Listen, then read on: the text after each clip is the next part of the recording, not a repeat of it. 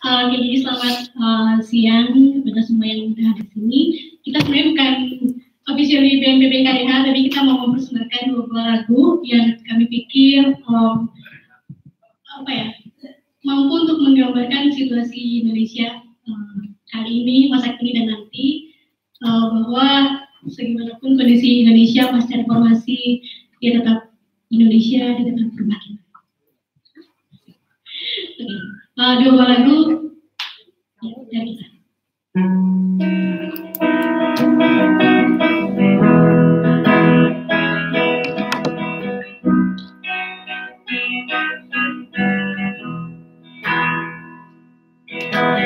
Hanya bilik bambu tempat tinggal kita, tanpa hiasan, tanpa lukisan.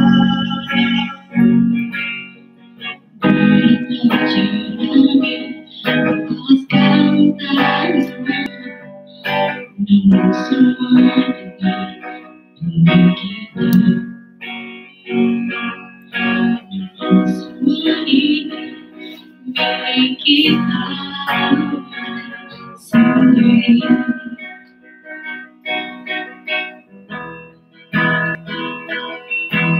Hanya alam-alam pada rumah kita, tanpa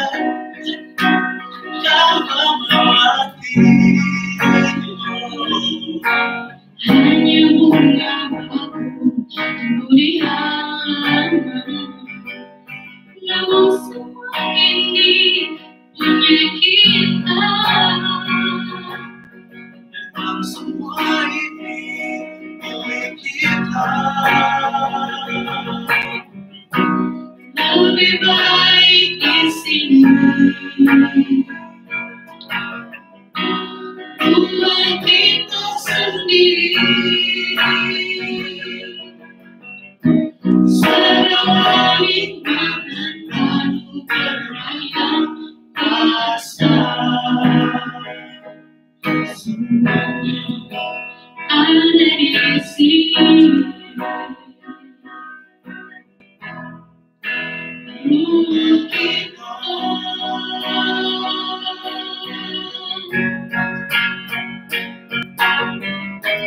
Haruskah beranjak ke kota yang penuh dengan tanya?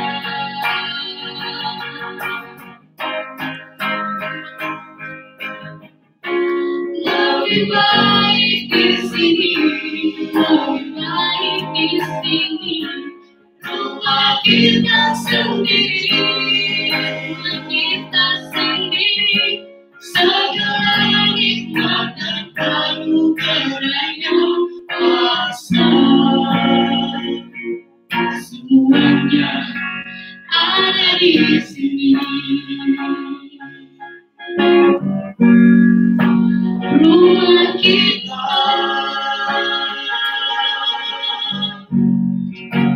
ada di sini. Rumah kita ada di sini.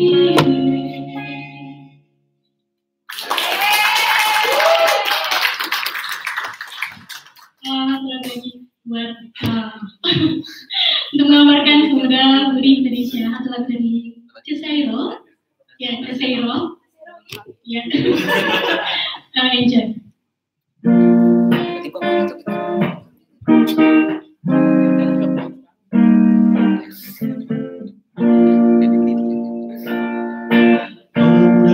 kemana langkahmu menuju?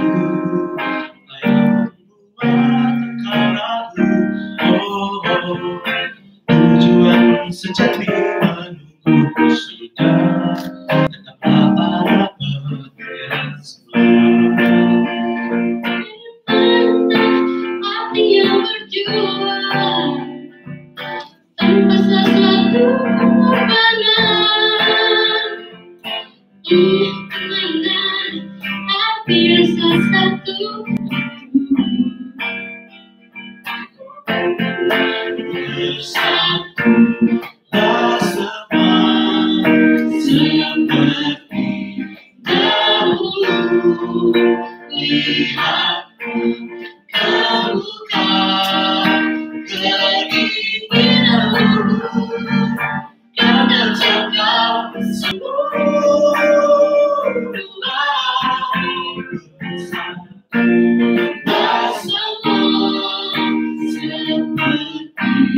dahulu lihatlah kebukaan keinginanmu kan terjangkau semua.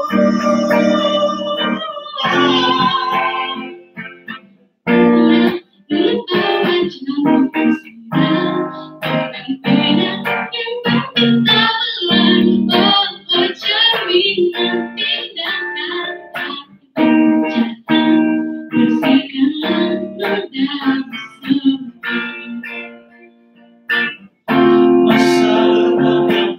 tiba, bukan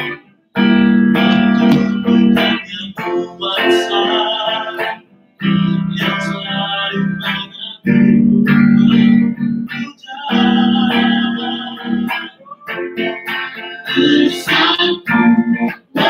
semua seperti dahulu. Lihat kebukaan keinginanmu kan terjangkau semua. Bersatulah semua seperti dahulu. Lihat kebukaan keinginanmu kan terjangkau semua. Bersatulah semua seperti dahulu. Lihat kebukaan keinginanmu kan terjangkau semua.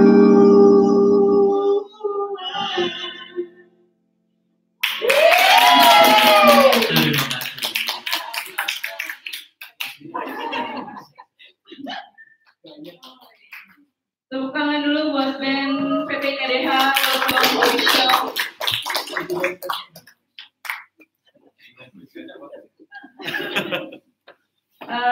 Now we are going to start the discussion.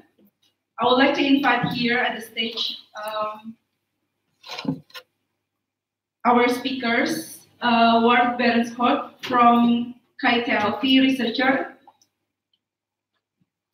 Please next.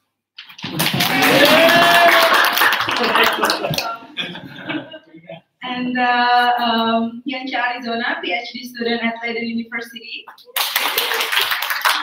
And also Ratna Saptari, assistant professor from Leiden University.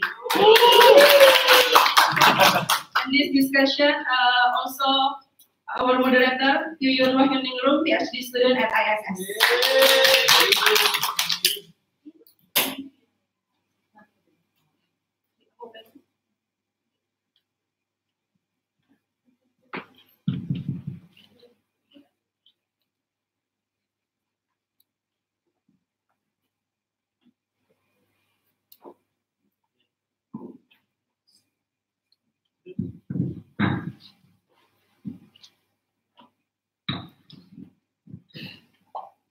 Good afternoon, everyone.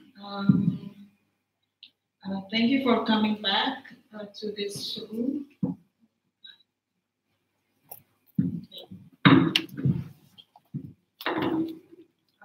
Okay, so before we are going to start the discussion, I just would like to give the background on the film that we just saw. It's very slow, and you can fall asleep very quickly. But that's the idea of the situation. I think during the last year we watched the film in Rotterdam, and the director said it was meant to be like that, to give the sense that how the experience of Wiji Tukul, the main character in the film, how difficult it was living under Suharto. Have to run away from one place to another, cannot sleep, cannot eat well, feeling constantly worry about the security, and that exactly the feeling of some of the activists during Suharto era, that they have to run away to be able to survive. The film also mentioned about Budiman was arrested. Budiman was one of the activists using political path, and unlike the other activists, to challenge the government's policy of having only 3 political parties: Golkar, PDI without P, and the PPP. So it was considered as makan. What is English in makan? So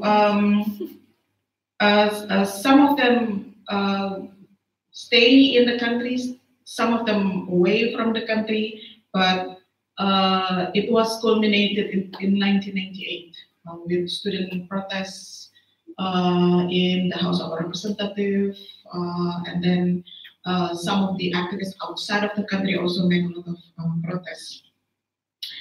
So now, so that as a background, now we are talking about what happened after the reform. This year is actually the anniversary of 20 years of the reform. And our first day, because there will be another discussion tomorrow, today we are talking about a lot of a big situation like politics, law, and economic situation in Indonesia post-reform. Are we there yet? Is this the situation that we dreamed 20 years ago or not?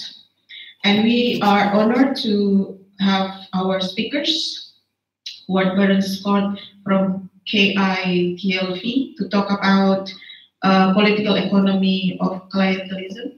Are you going to explain what is clientelism is? Yeah. Also, Yance Arizona, PhD researcher at Leiden University, who have been also working in NGOs in Indonesia, in Huma and Epistema, focusing on indigenous people's rights and land rights in Indonesia. He will be talking about, can law be emancipatory? Reflection on the law reform in land sector.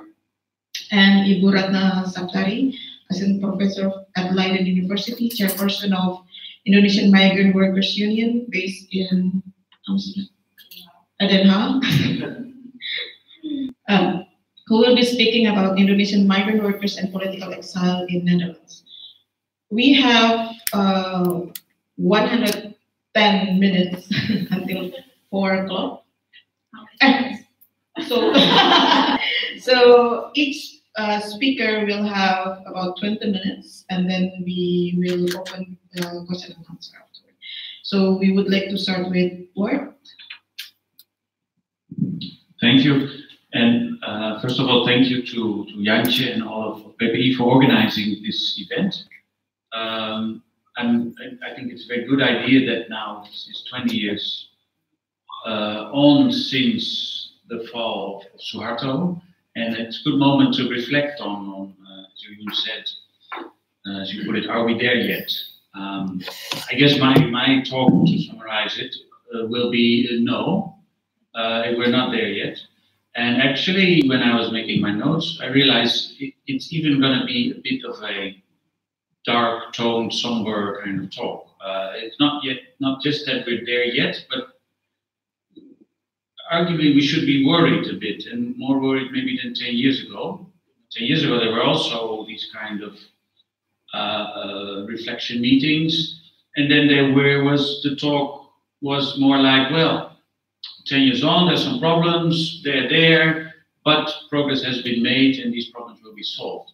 Now, 20 years on, the idea of that we're in transition and we're solving the transition problems is becoming harder to sustain. And there's a risk of actually downsliding, and that the progress is more difficult to see.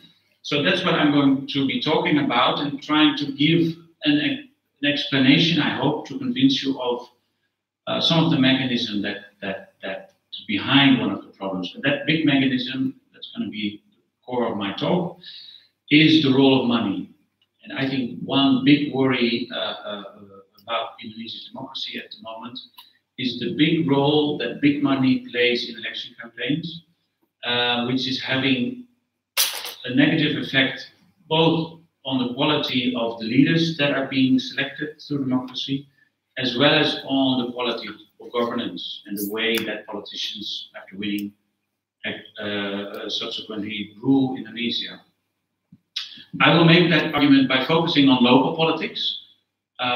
So not 2019 elections, Jokowi and all that, but I will be talking about Pilkada, the elections for regional heads and district heads, and a little bit of the parliamentary elections, which I'll do on the basis of research that I did in 2014 when I followed local elections in 3 provinces, in Banten, in Lampung, and in Central Kalimantan, following basically the same group of politicians when they went through first Pilkada, then Pileg, and then Pilpres, so regional head elections, district head elections, and then presidential elections, which were there then. And if I can make a little bit of advertisement, that research led to a book which in Indonesian will be called Demokrasi Wanipiro, and in Dutch, in English, it will be called Democracy for Sale, which is coming out, I think, late this year or early next year. So that was the advertisement part.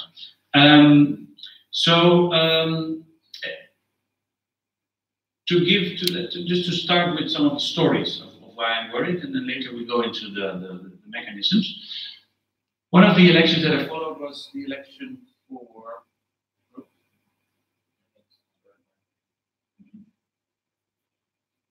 But maybe.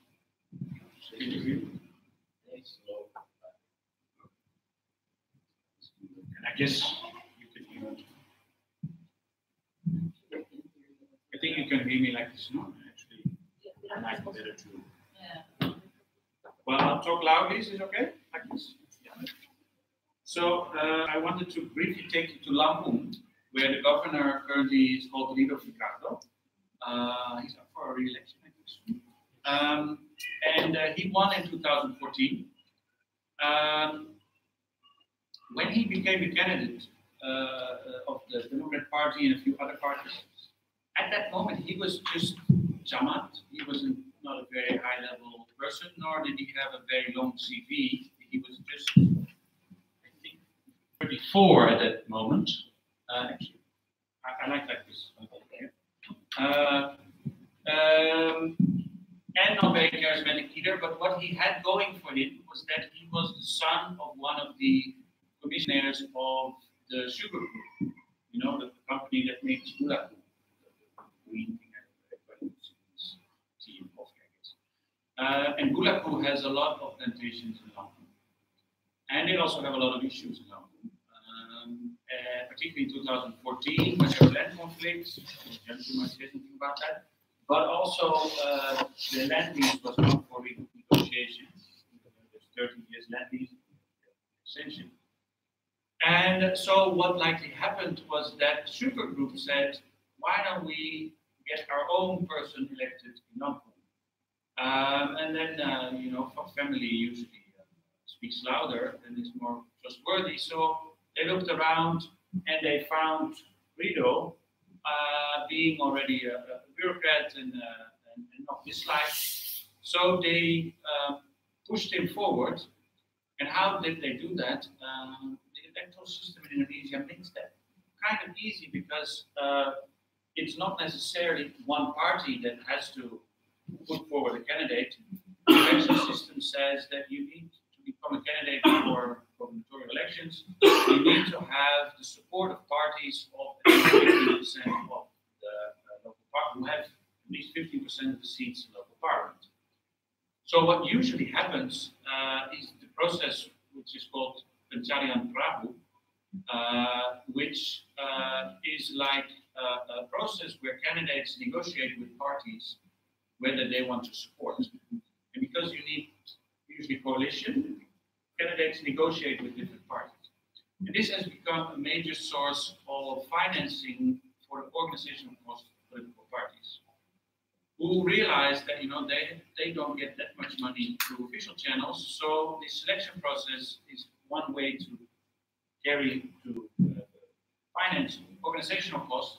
So they usually ask for what's called political dowry. They want candidates to put forward a certain amount of money.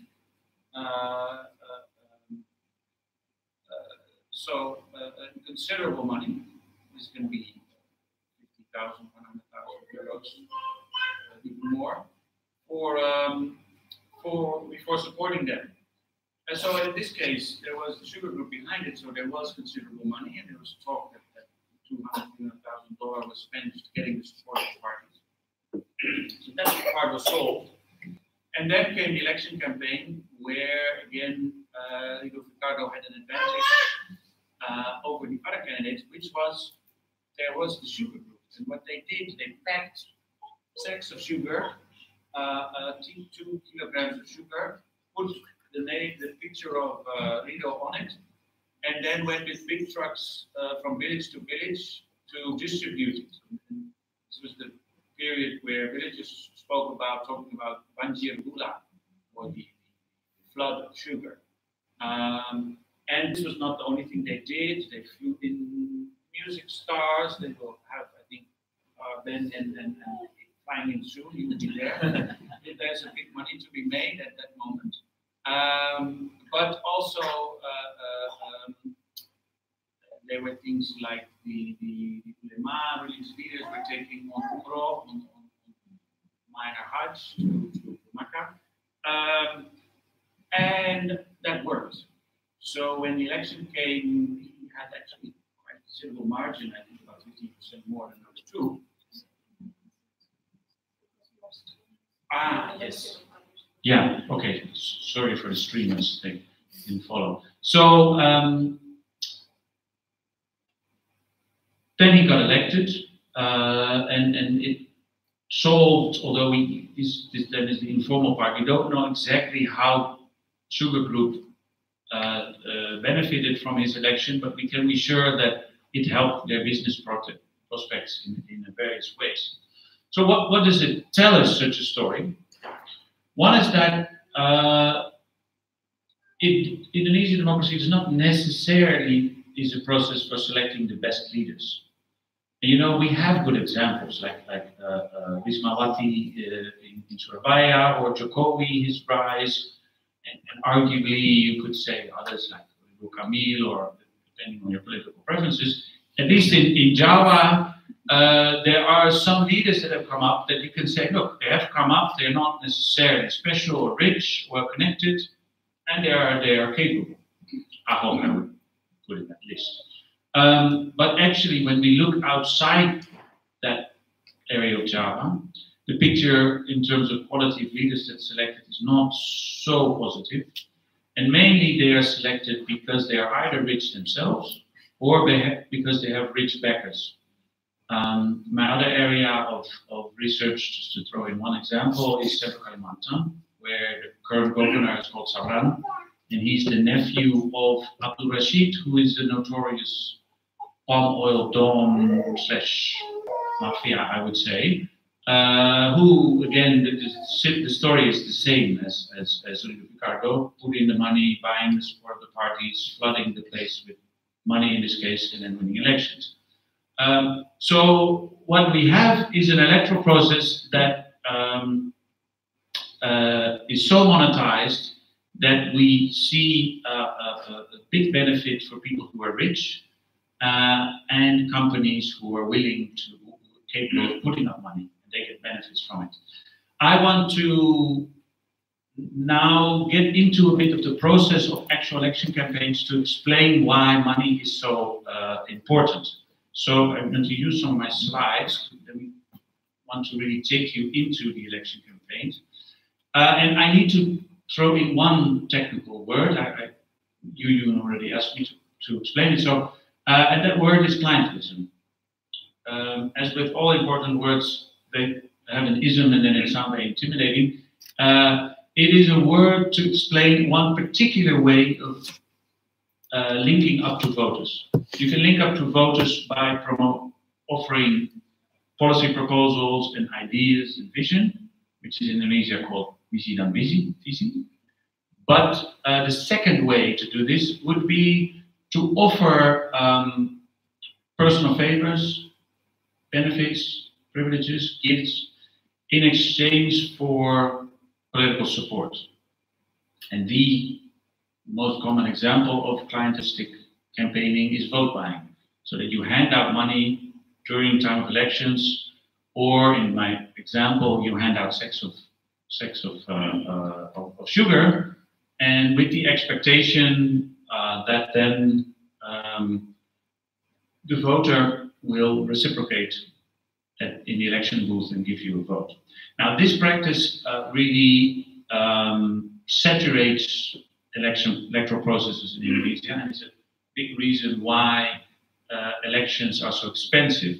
Let's go through the process to show this to you. The first one I'll skip because I shouldn't talk too long, because I mainly illustrate that already. The process of becoming a candidate, where this process you can call clientelistic in the sense that parties are willing to support a candidate, but they want it in exchange for money. But then the second aspect of election campaigns is particularly interesting because it's so very Indonesian.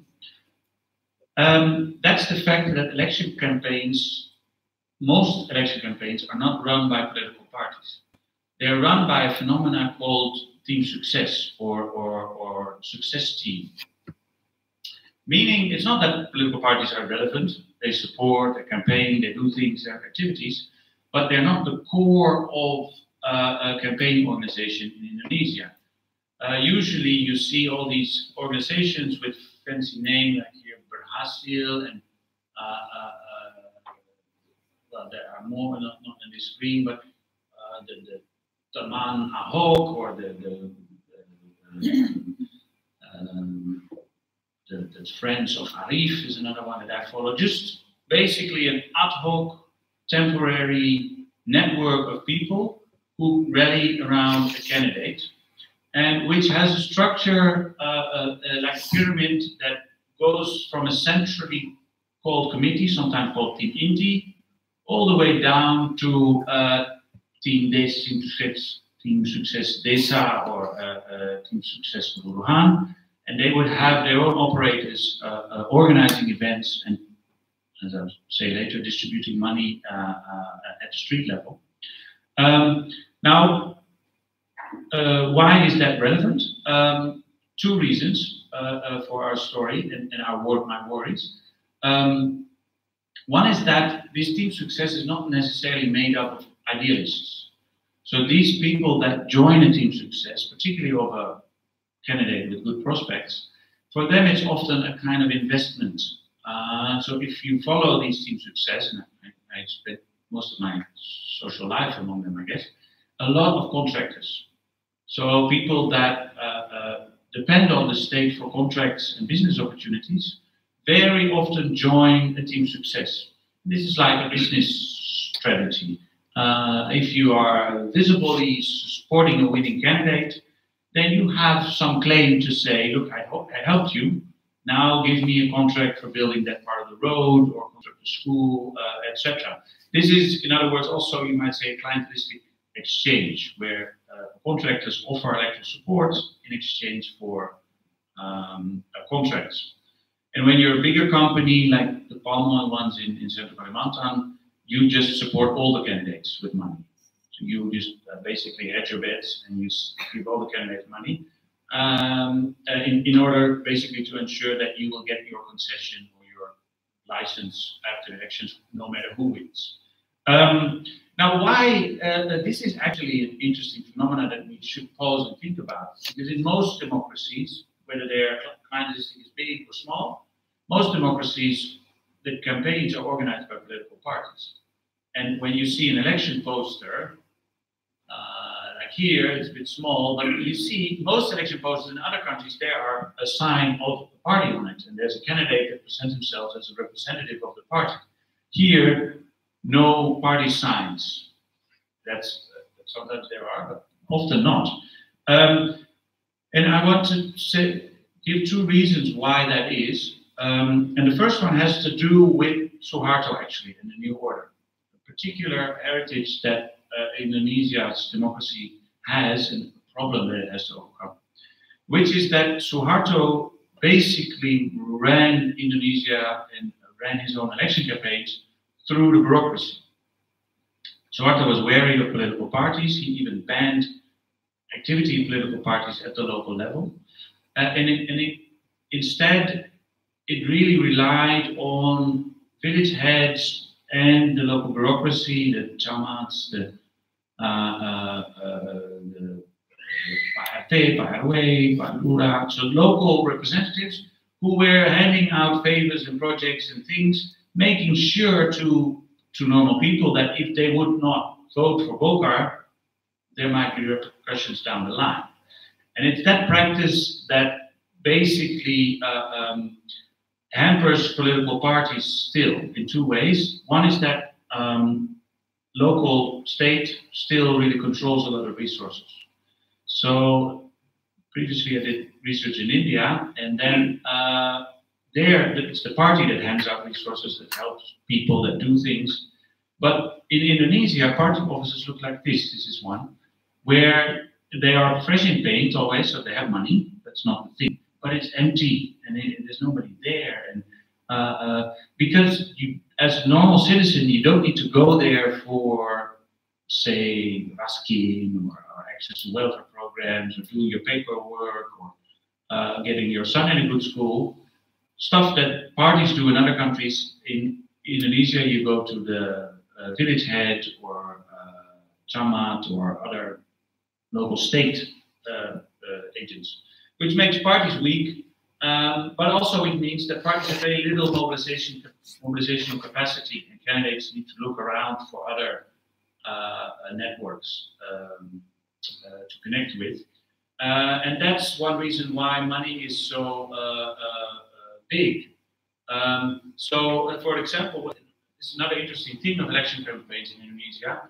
A lot of effort during election campaign goes into linking up with existing organizations and communities.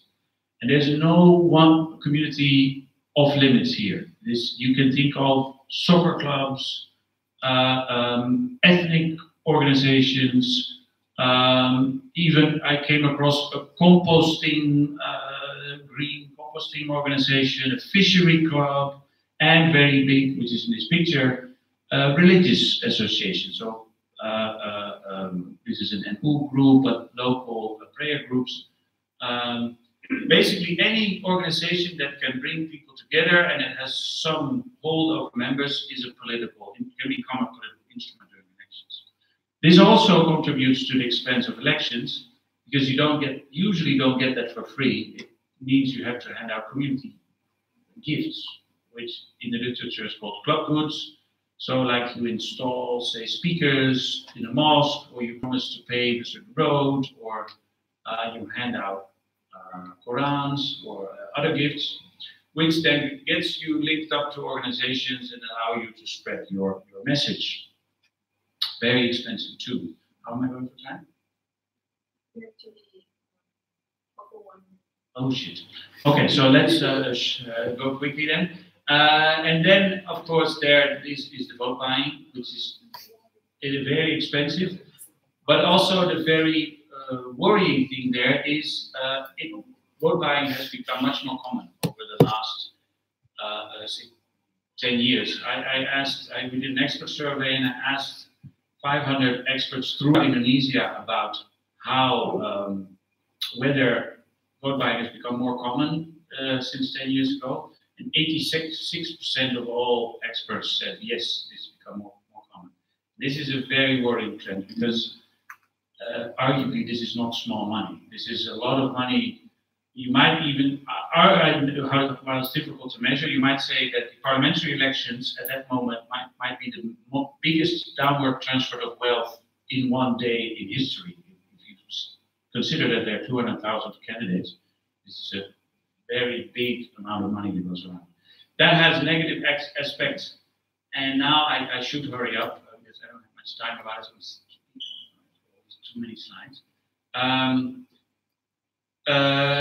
I just want to mention these three negative consequences. One is that incumbents tend to win.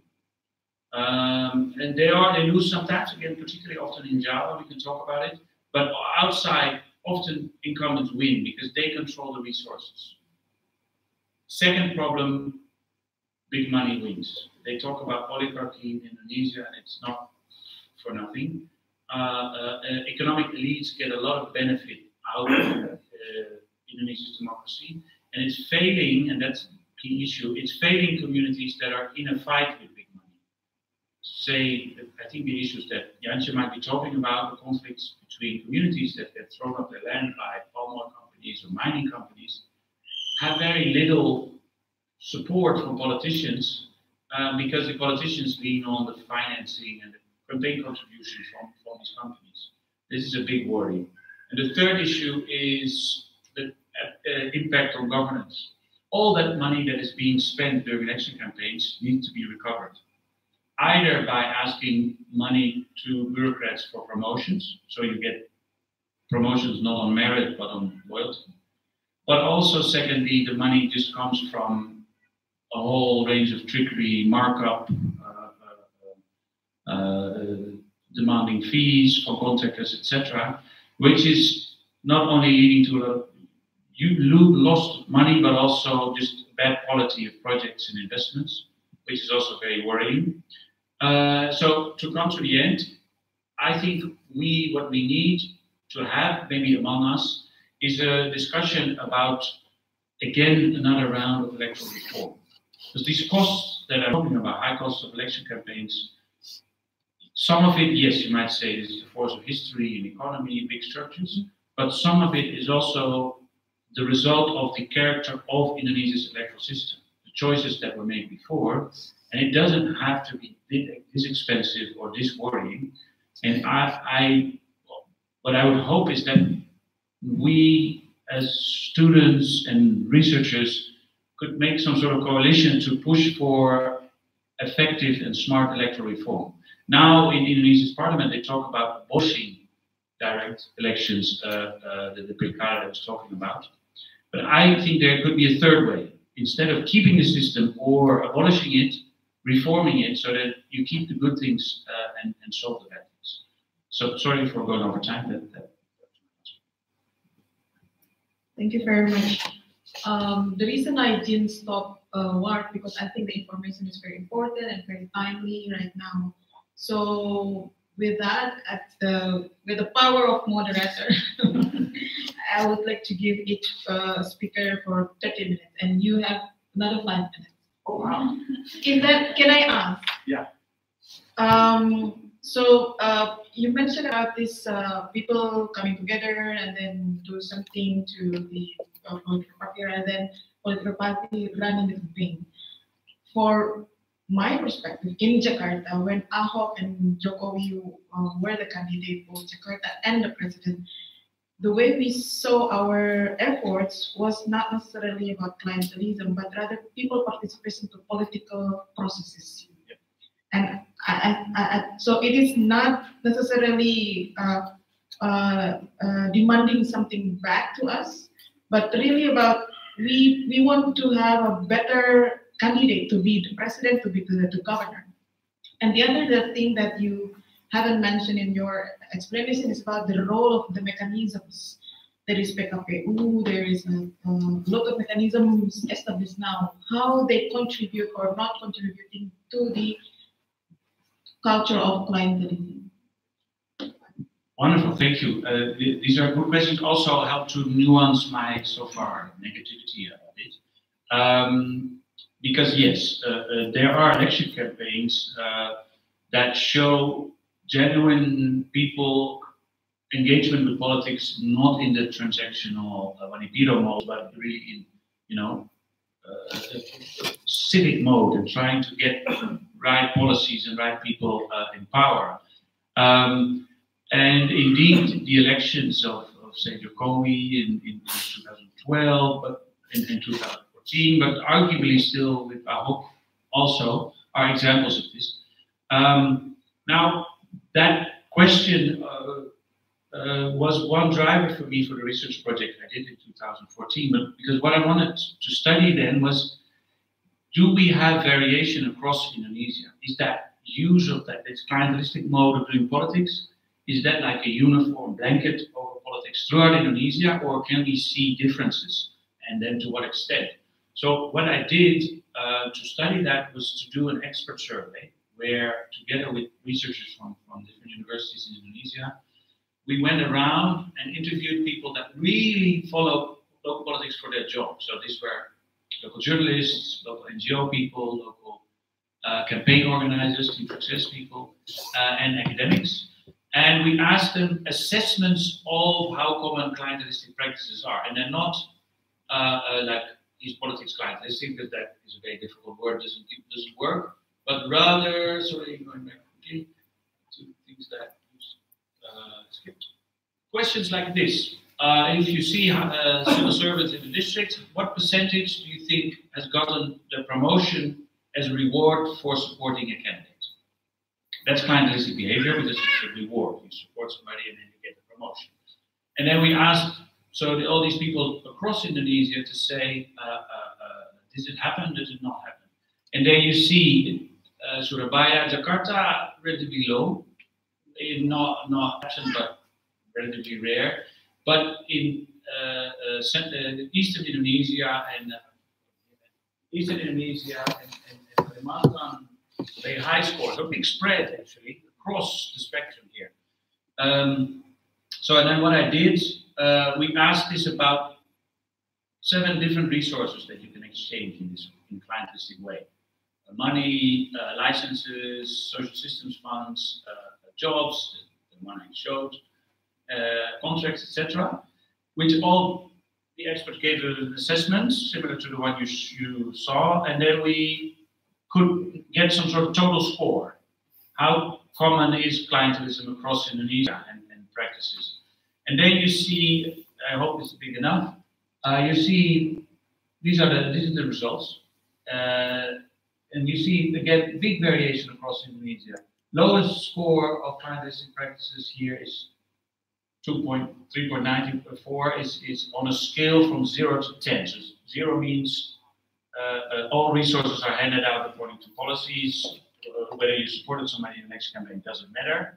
And a 10 means you cannot even get a pencil from the government without engaging in an election campaign, basically. And then, so you see low scores here, and then Sumatra, so low, basically across Java if we exclude Banten, also the countryside. In the middle, Sumatra, and then high Kalimantan and eastern Indonesia, with Kupang as the winner when it comes to clientelism. Now, how does that relate to your question? I think this relative big variation has to do with the character of the economy. That the economy of Jakarta, Surabaya, and Semarang very different from eastern Indonesia, where you have a diversified economy with big industries and factories and a lot of jobs which are formal, where people are basically independent of the state. They don't need government funds to survive. They have companies where they work for. They don't need to be friends with politicians or bureaucrats. That creates the scope for the kind of civil society that you were mentioning. And in that light, I do see in Java particularly, that's the upside. I think the voters and Indonesians as a civic public there is growing stronger and more critical and more aware and willing also to be active in politics, like in these election campaigns. But you also see that scope for that kind of civic activism and engagement in politics is limited to areas where they have a more diversified economy. It's not a coincidence, I think, that Kupang has such a high score, because this is basically a state-dependent city. There are government offices and not much else. There's no factory, no business, not much else. So this whole Kupang is a hotbed of who knows who and being friendly with whom, all to get access to state resources. And that's where you cannot get that kind of critical campaigning.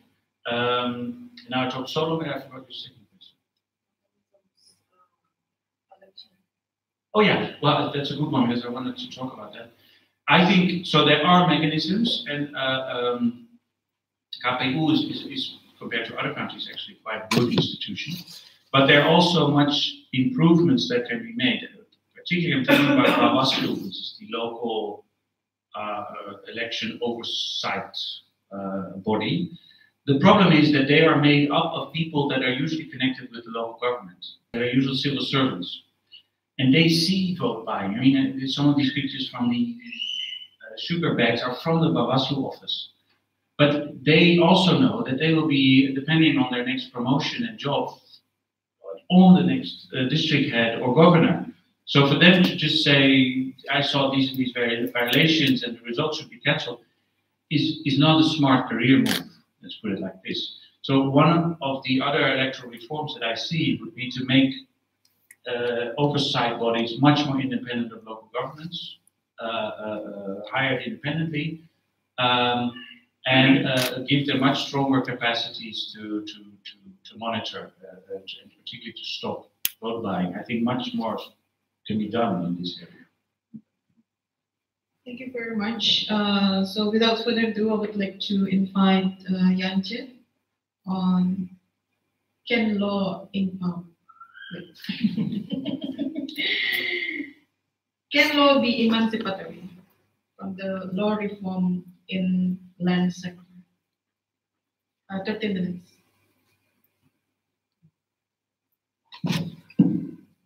Thank you, Yayun. I will present it in less than 30 minutes. My presentation is have similar tones with what is quite negative or pessimistic, but our intention is to see how the reality in the field.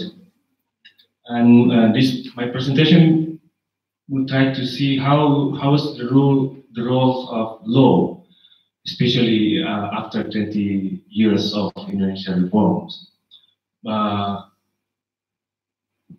Some part of this presentation based on my thesis research that was published 2014 about the agrarian constitutionalisms, and also based on my communication with one of the prominent social scholars in recent years, Boaventura de Sousa Santos, if you know his name. So these questions basically come from one of his article and book called "Can Law Be Emancipatory?" So he made these articles around 20 years ago. It's almost time to reflect as well whether the law has emancipatory power or not. And he made an article when witnessing that during 80s and 90s there are many political transitions all over the world, including Spain, Portuguese, and also in Latin America, including Indonesia, and how to see the role of law in these political transitions. In mainstream definition of law is certain rules that control people, created by the state, created by the authorities, especially the state of governments, to maintain order. But how is the order is injustice? How is the order is unfair? How is the order is using by the political elites to oppress the peoples? So that's rise a new alternative question. Can the law, we use the law, or can we see the law from other perspective as a tool for emancipatory? I think that's also a question that why activists and also student organization in 1998 tried to fight against Suharto, because this regime is really oppressed to people that we saw in the movie. And also there are some questions about the emancipatory farmer, women as well, and indigenous communities during the Indonesian political transitions. So Santos agreed that there are, how it's quite clear, political transition can be taking place through revolution, or reformation. Usually the revolution is attached with the political transition with the Marxisms, when witnessing that political transition in China to revolution in Soviet Union as well. But the other side, there is a reformation. Reformation is quite, we have also to negotiate it with the previous regimes. And here Santos argued that in reformation there are two types. The first is creating a socio-liberalism, and the second is creating a socio-socialism. So in favor of the socialism or in favor of the liberalism. So during the 20 years of reform, that I found that the reformation in Indonesia is favoring the neoliberalisms, liberalism or neoliberalisms. I saw this argumentation from my study about how to analyze the characteristic of law and regulations that has been created since 1998. So I tried to find how the parliament create regulations versus they created the we call it like TAP MPR, the regulation created by the Supreme Parliament on the agrarian reform and natural resources management in 2001. This regulation is encouraged by agrarian and environmental activists at the time. But then the position of the TAP MPR is no longer in the hierarchy of the Indonesian legislation, because the new parliament tried to reduce the authority of the Supreme Parliament to create the check and balances. But at the time, there is also a moment when the Indonesian government tried to amend the constitution. The constitution, of course, is the basic regulation how to transfer, how to transform the political, social, and law as well. At the time, there is a intention to change the Article 33 of the Constitution, mentioning that all of the land, water, and natural resources shall be maintained for the best prosperity of the peoples. At the time, there is a critique on these articles, and also about the one paragraph on the article about the economy kekeluargaan, family economy. There are critiques on these principles, either by the two blocks. Those two blocks were the one block is in favor of the neoliberal economics. The second is in favor of the people's economy. So they try to have a debate in the amendment process. That was deadlock at the time. Mupiarto was from the people's economic camps, say that he will resign if the parliament will change the Article 33. And then there was negotiation at the time, and then Article 33, Article 1, 2, and 3 is not changed, but then they add Article 33 with the article with the paragraph 4. But the paragraph 4 containing some principles of the neoliberal economies, including efficiency, competitiveness, and also sustainability. Then the nature of the Indonesian legislation after the amendments constitution was very in favor of the privatization, give a lot of permits, license schemes for the exploitation of the natural resources, and also following with the decentralizations. So the permit is no longer controlled by the national government, by the ministries, but then it's spread up to the district government. So it's become also what are they talk about, and this license used by the local politician as a means to barter to have a political transaction at the local level.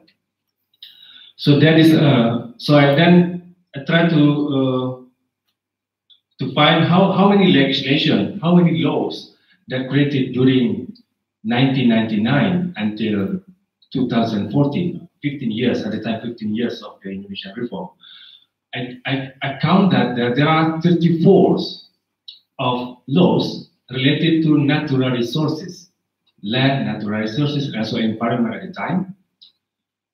That all of the new laws creating a new type of license. So it means that the license is intended to give to the company.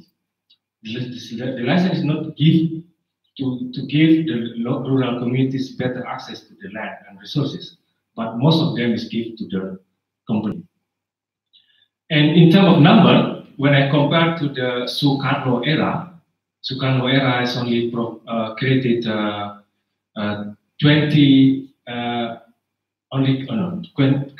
24 laws related to natural resources during 20 years of government. And the New Order regime under Suharto created 20 laws for 32 years. Now, in 15 years, the parliament created 34 laws. So very productive in producing law, but the intention is very productive to accelerate it, how to give the company opportunity to exploit the natural resources. So how I go to one feature of the natural resources law is give opportunity to the company to exploit the land, and another feature of the law, trend of the law during 20 years is also accommodating the peasants and indigenous people's rights as well. So in the same time, they give authority license to the company, but also in the same time, they give peasants and also indigenous people's rights. But these rights and also human rights laws, I guess, it's like only stay there as a catalog of rights, but they were not fully implemented and supported by the government. Another feature is the repressive law. I mean, once scholars agree that during the authoritarian regimes, we will find the repressive law. And when we have democratic regime, so we will have a responsive law. But during 20 years, I found that theory is failed, because even in democratic regimes, we also find how the law is very repressive. All of the law that I already mentioned, 34 of law, all of them containing a certain provision related to the crime, the penal sanctions. Of course, all of the penal sanction is targeted to the rural communities, local peoples, who are trying to protect the land, who are trying to struggle against the company. And National Human Rights Commission already mentioned many peoples that were killed during 10 years of from 2004 to 2014, and also more than 100 shot by police or military. And also the problem that increase of impunity and also immunity. Impunity in terms of the many, maybe you can tell more, but this how the government tried to creating a block to adjudicate people who are involved in human rights violation in the past, and immunity related to how they try to protect themselves from critique. For instance, in the Undang-Undang MD3, now when you critique the parliament, you can be put into the jail. So there are also rights of immunity. In the same time, they try to oppress people still. And last point is related to political corruption and natural resources exploitation. One note from Auriga, my friends who are working there, mentioning that all of the permits that provided that allowed by the laws, given by the district government, especially during nearly before or after the local election. So it's strong connected, also improve, also prove what already mentioned, how the permit is using as a tools for political transaction at the local level. And there are so many head of the provincial and district government involved in corruption also in the local parliament. Once was Hamid Binti. I saw the inward slide in the clientelism index that Gunung Mas was one of the highest. Gunung Mas was one of the district in the central Kalimantan, and one of the bupati was Hamid Binti, who tried to bribe the chairman of the Constitutional Court at the time, Akil Mukhtar, and Akil Mukhtar is arrested by KPK at the time. So to see how connection of the corruption, exploitation of natural resources, how law works, and how law doesn't work, for instance, in the Constitutional Court cases, when the Constitutional Court also involved in corruption. So that is the feature of the law, the legislations. But then, how local people see that trend? That is one side. I was pointed out about the constellation of the law at the national level. But now I'll try to see how the local people see this law, see the system, by more deeply about to explain three cases. These three cases was one of remarkable cases because that take more attention from the media. So there are a lot of cases, but those three cases pay more attention of media. First is about Nenek Mina case in Purwokerto. The second is about Salim Kancil case against mining company in Lumajang, Java, and the third is about how the Orang Kendeng community tried to fight against the cement company in Central Java. Yeah, first is Nenek Mina. Nenek Mina was the one old lady, 55 years old, and he take the 3 coca fruit from the area of the one local plantations, and then she was reported to the police, and then the police give to the prosecutor, and then going to the court, and then during the court proceeding that she was proved by the judge that she was doing wrong action, and then she was have to put to the jail for 1 month and 15 days. And the time was the judge was crying. The judge was crying when give the sanction to her, because he know that this is not fair, but he has to do it. So from this case, I would like to show you that there are another legality instead of state legality. State legality say that when somebody take over the other goods, they have to put to the jail. But just feel that there is another legality, so they also give the sanction to the jail, to put to the jail to old lady that only take 3 cocoa fruits. That's one feature. The second is about Salim Kancil. He was killed by the preman, yeah, call it preman, yeah. Preman from the mining company in Lumajang, because he tried to organize rural communities, rural peasants in communities, to block the mining company in the area. And then he get a threat from the preman, and then he tried to report to the police, and the police doesn't do anything, and then he was killed by the preman. And this case also raised high attention for Indonesian media as well. And the third, of course, is one of the more important struggle now in Indonesia, about the orang Kendeng try to fight against cement factory. He used a lot of mode of struggle necessary to fight against that.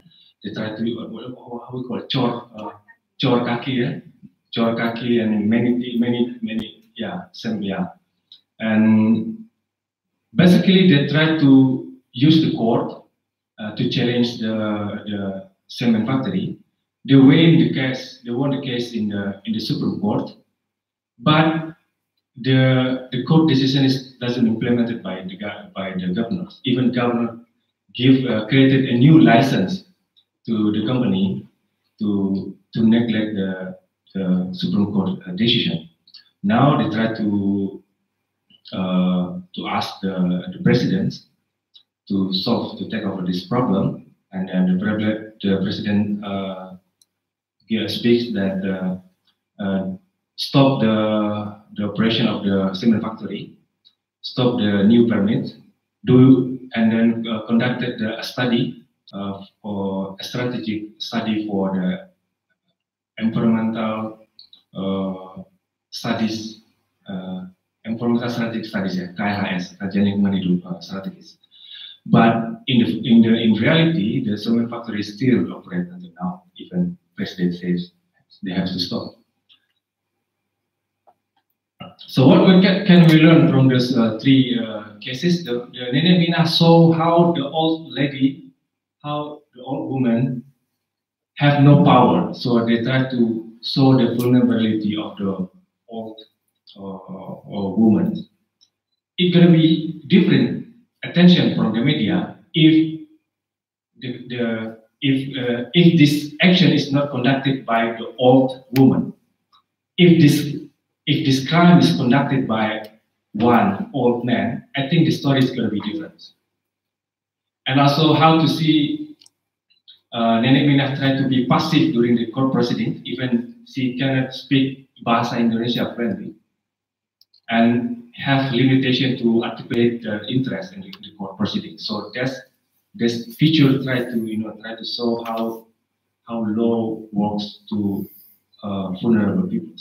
And the Salim Kancil, why is that many attention from the media? Because before he was raped by the Preman, he was playing with his grandchild. So, Kendong Cucu, yeah? And then after that, he had to leave the grandchild, and then he taken by the Preman, and then killed by Preman. So the feature of the grandparents, feature of the family leaders, is get put more attention to the media, and also feature of the rural community as well. And Kendeng is quite different. It's quite it's not passive. It's very active, and it's very connected to the national, regional, and also international network. And so by using many symbolic struggle, for example, by using chopping head of for the farmers, using kandi like bottle for traditional bottle for waters, using lesung, the last action in front of President Perez, they tried to make a music by the lesung in grinder, rice grinder in front of to show that is a farmer that need help from the government, and also using the flag, Indonesian flag, so to show that it's not an extremist action, and also cicor kaki and using film as well. So there are some activists make a film about this struggle.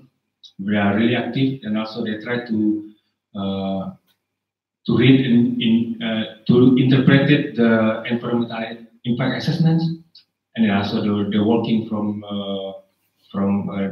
district to the Central Java to receive the Supreme Court decisions, and also they are trying to figure out, creating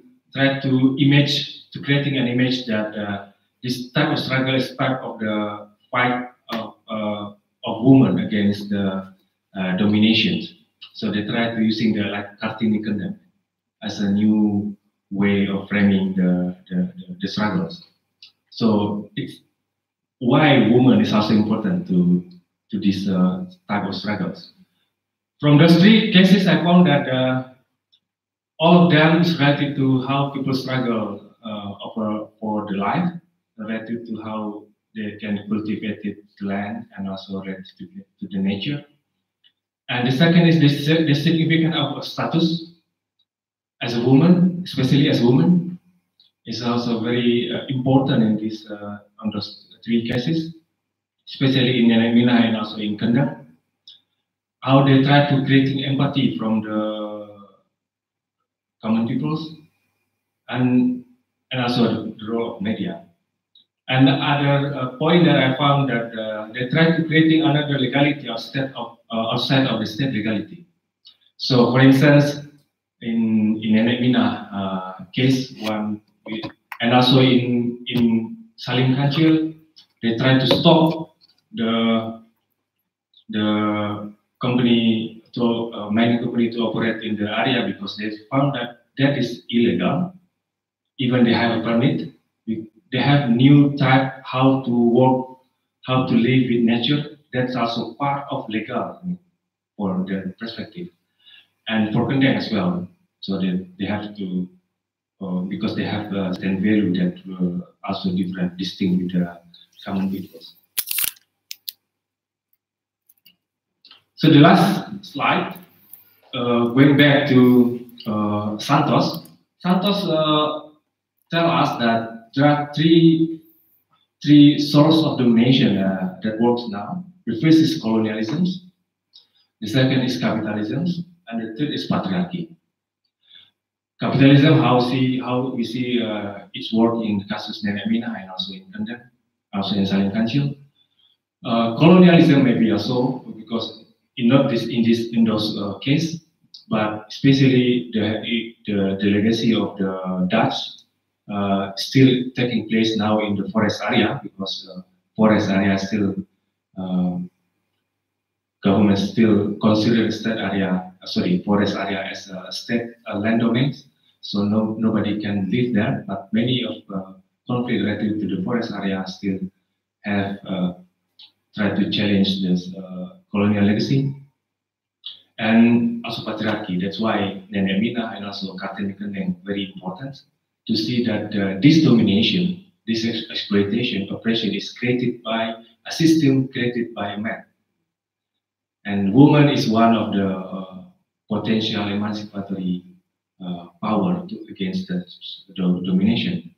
So based on that, therefore, there are people's struggles very connected to identity. How can they try to creating an image, certain identity against the dominations and class, and also genders become an alternative of struggles. So this feature show that still have a problem related to the natural resources management, but there is no one very strategic big organization try to accommodate this unrest. What happened then? You can find that how I try to see this connection with how the rise of the Islamic radical movement now. So they also try to using the rhetoric of the oppressed peoples because there is no groups that really working to how to articulate this kind of the problem to the public discussion. So that's my point.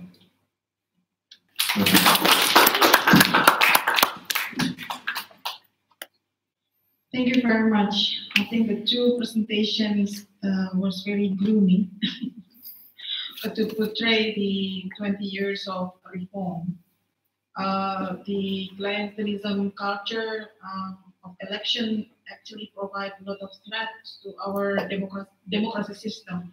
Democracy is not about election, but it's one part of it. Therefore, we need electoral reform, as Speaker suggested. On the law, to answer the question whether law can be emancipatory, Yanja said can, but there are a lot of things to do to be able to do that. Within 20 years, apparently, our legal reform did not go to the place where we want it to be. It rather served the interest of the company rather than serve the interest of the people. So nowadays, I think the law provides emancipatory for the companies rather than the people. Therefore, company become more powerful than the state. In my area, I work and study on human rights. So this is something that we study in business and human rights. In ISS, if you attend the class of Jeff Henmaker and Karin Arts, you discuss about this social mobilization of law. I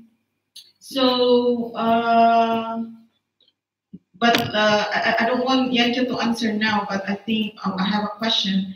Nowadays, Indonesia is developing the a draft of criminal code.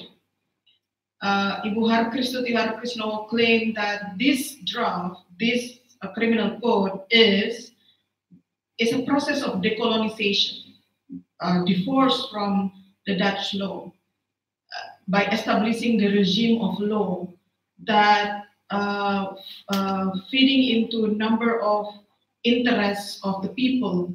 I'm not sure what kind of people that she is referring.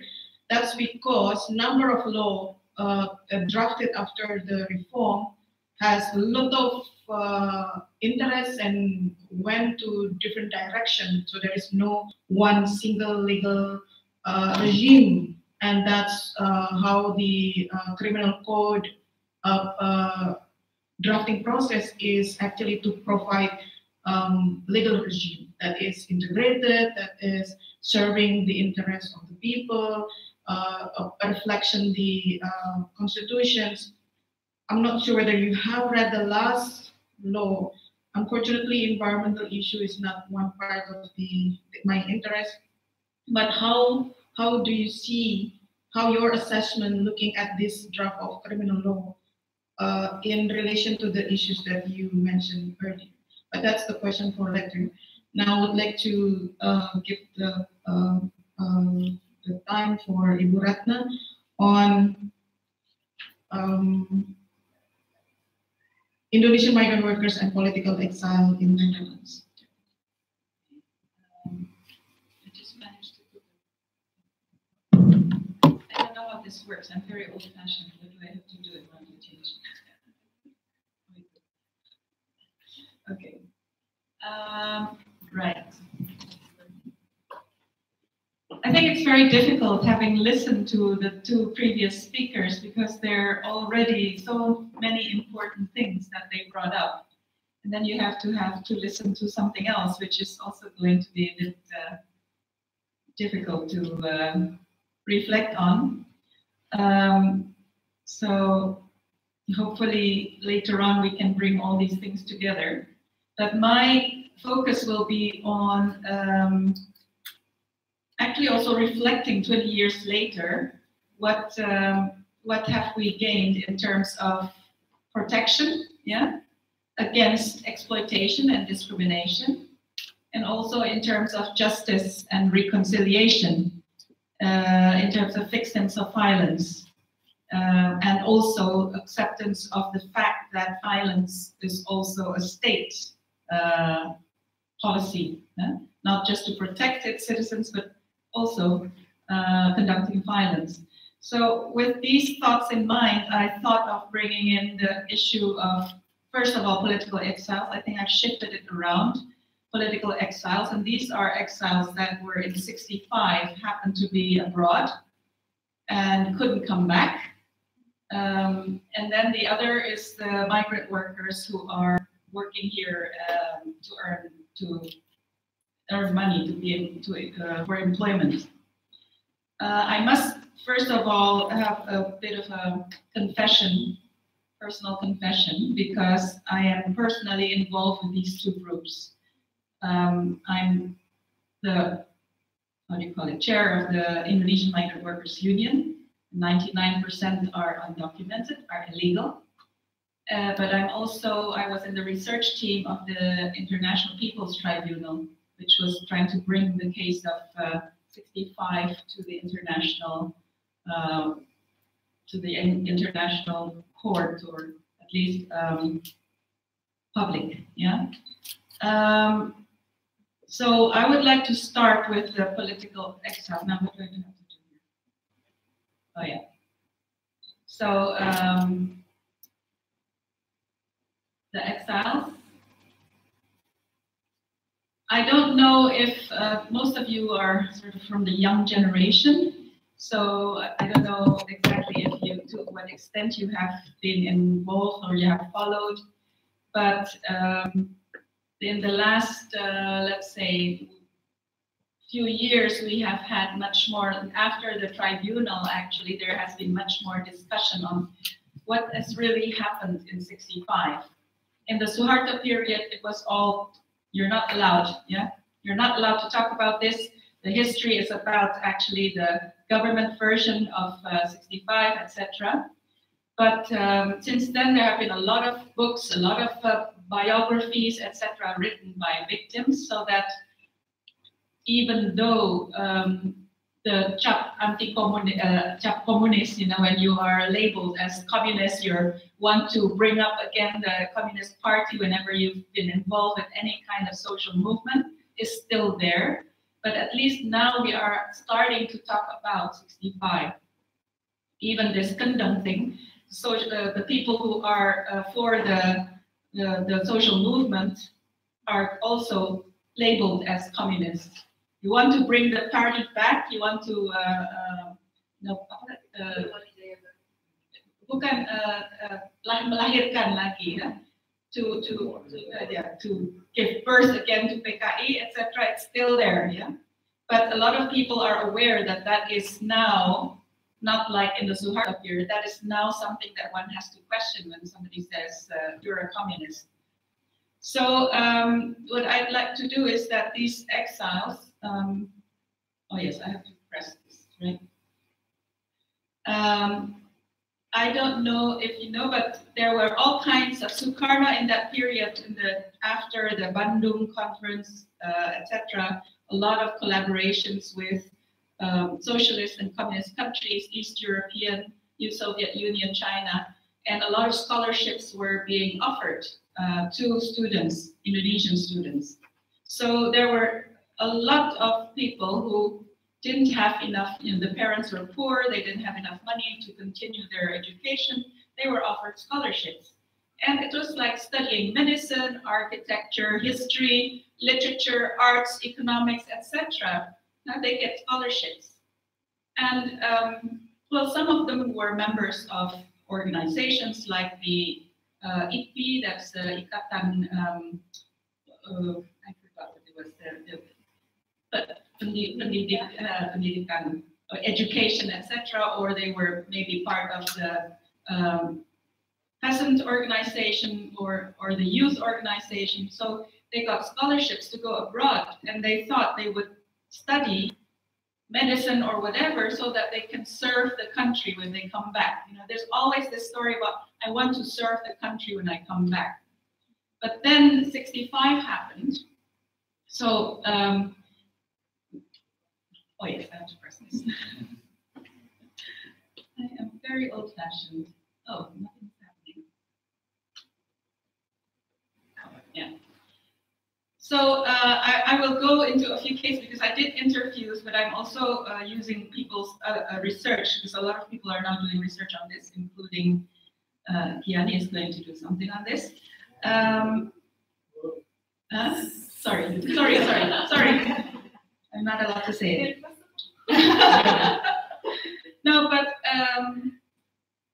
I also interviewed many of them, and then somebody got a scholarship in Soviet Union, or somebody was a teacher. I intentionally don't put the names because I didn't ask their permission yet, so I just put their initials. Who was a teacher, and he got offered to study in China for child education, especially for child with children with disabilities, and he wanted to learn more on that, and was offered a scholarship in China. Another was studying medicine in Bulgaria, in Vietnam also,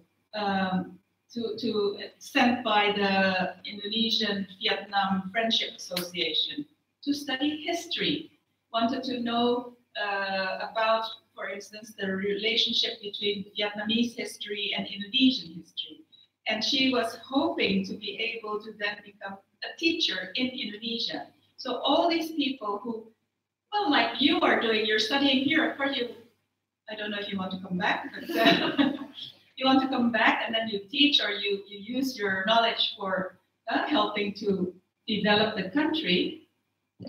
And then suddenly 65 happened, and then there was a screening process in embassies, Indonesian embassies abroad. Yeah. And the screening process involved, first of all, asking where do their family members live. Yeah. So, and also they had to to sign a form if they were loyal to Sukarno or not, or are they loyal to the new government or not. And so many of them said, we are loyal to Sukarno. He is our president. He is the father of the nation. And so immediately their passports were revoked. Yeah. So they became stateless by default. And these people also, it's not just them, it's their family members in Indonesia. And I know people who were so afraid that they would get some kind of consequence that one person said to his son that his grandfather had died. Because if they were still connected to that grandfather who was Sabupri, which is the plantation union, he was an activist in Sabupri and he was in China. But if people knew that he was Sabupri and in China, then the people in Indonesia would also get the effects. So the father said, your grandfather is dead. Yeah, just imagine in your own family. And so this grandson got, managed to study in Holland. And then suddenly this man said, I am your grandfather. Yeah, but I thought you were dead. No, I'm not dead. So it's these kind of, it's not just about political, movement or positioning. It's also, it affects personal lives. Yeah. And so this, for instance, these people, this woman in Vietnam who went to Vietnam, or the, I know him, but in China, they didn't know when their father or mother died. Yeah, because at that time we didn't have HP. So you couldn't send letters. They didn't dare send letters, because if letters came, then it would be traced by the authorities in Indonesia. So we are talking about a group of people who, by default, they did not run away. They happened to be abroad, and they happened to say they were loyal to Sukarno. And some of them were members of organizations, yeah, but they just went abroad to study. So these are the backgrounds of the people, and many of them are in the Netherlands. No, I can't see it. Yeah, screening process. So I have examples of these letters, this screening, yeah. And what happened after their passports have been revoked? Letters would be sent. I have also the original copy. Like, for instance, in Bulgaria or Romania, there were 13 people on a list, and this letter was sent to members of the Indonesian community to say, do not help them. Yeah, do not protect them, do not help them, and do not make contact with them. So it was like the Indonesian embassy was telling them to alienate these people. I mean, it can get quite emotional just listening to these stories, but this is what happened. And the fact that family members in the end also didn't know what happened. People disappeared. It's like the story of just now we were watching, yeah, Richie Tuku disappeared and you don't know where he is. We don't know what happened. Is he dead? Is he somewhere else? Has he escaped? These are the same. Where are they?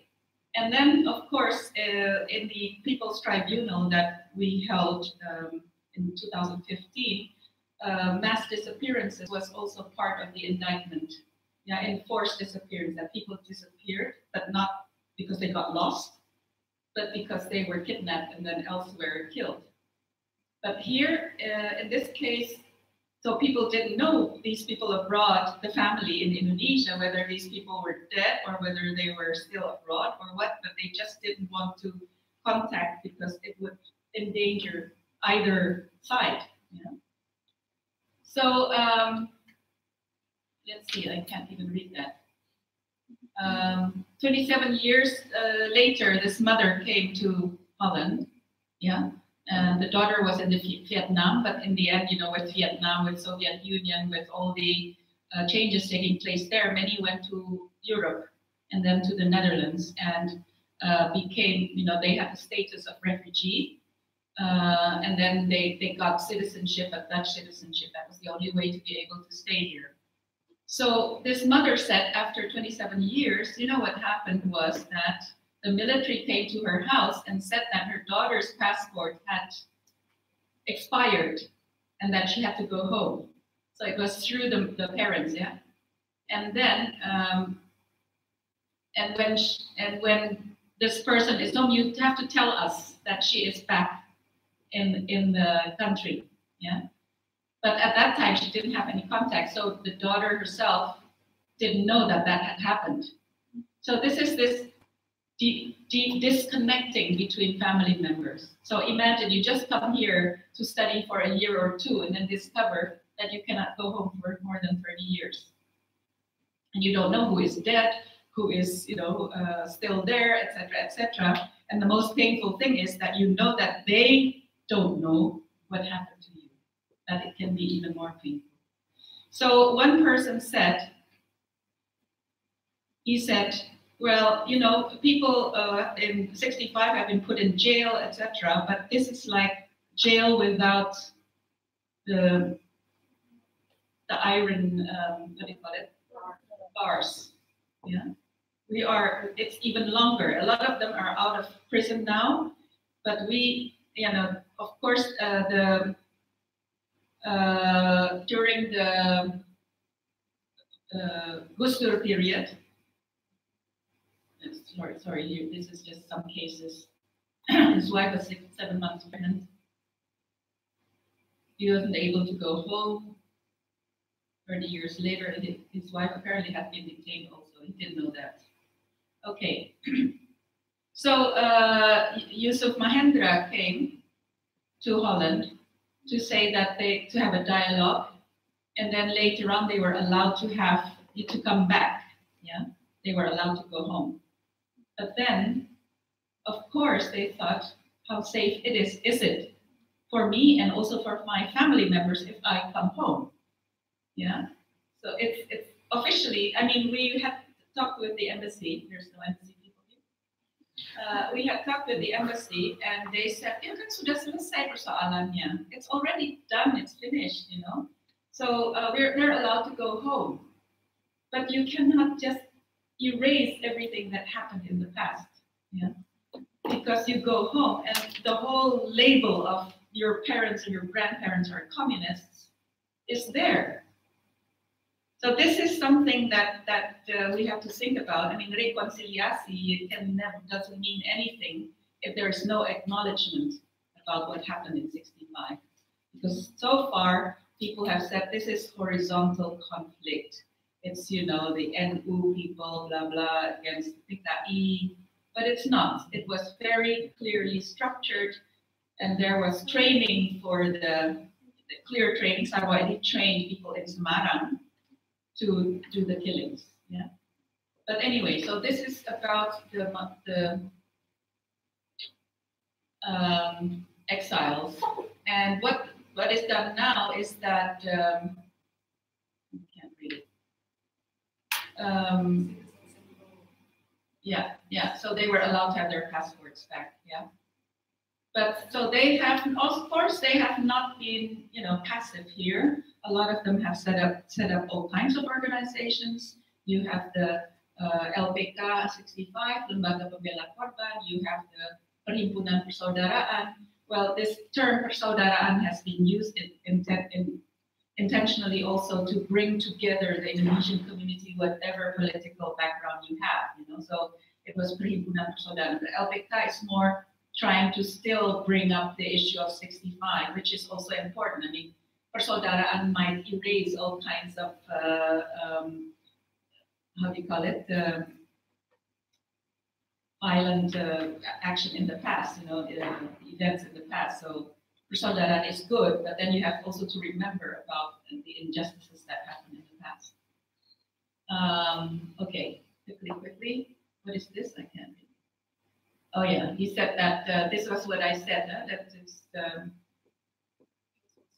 yeah.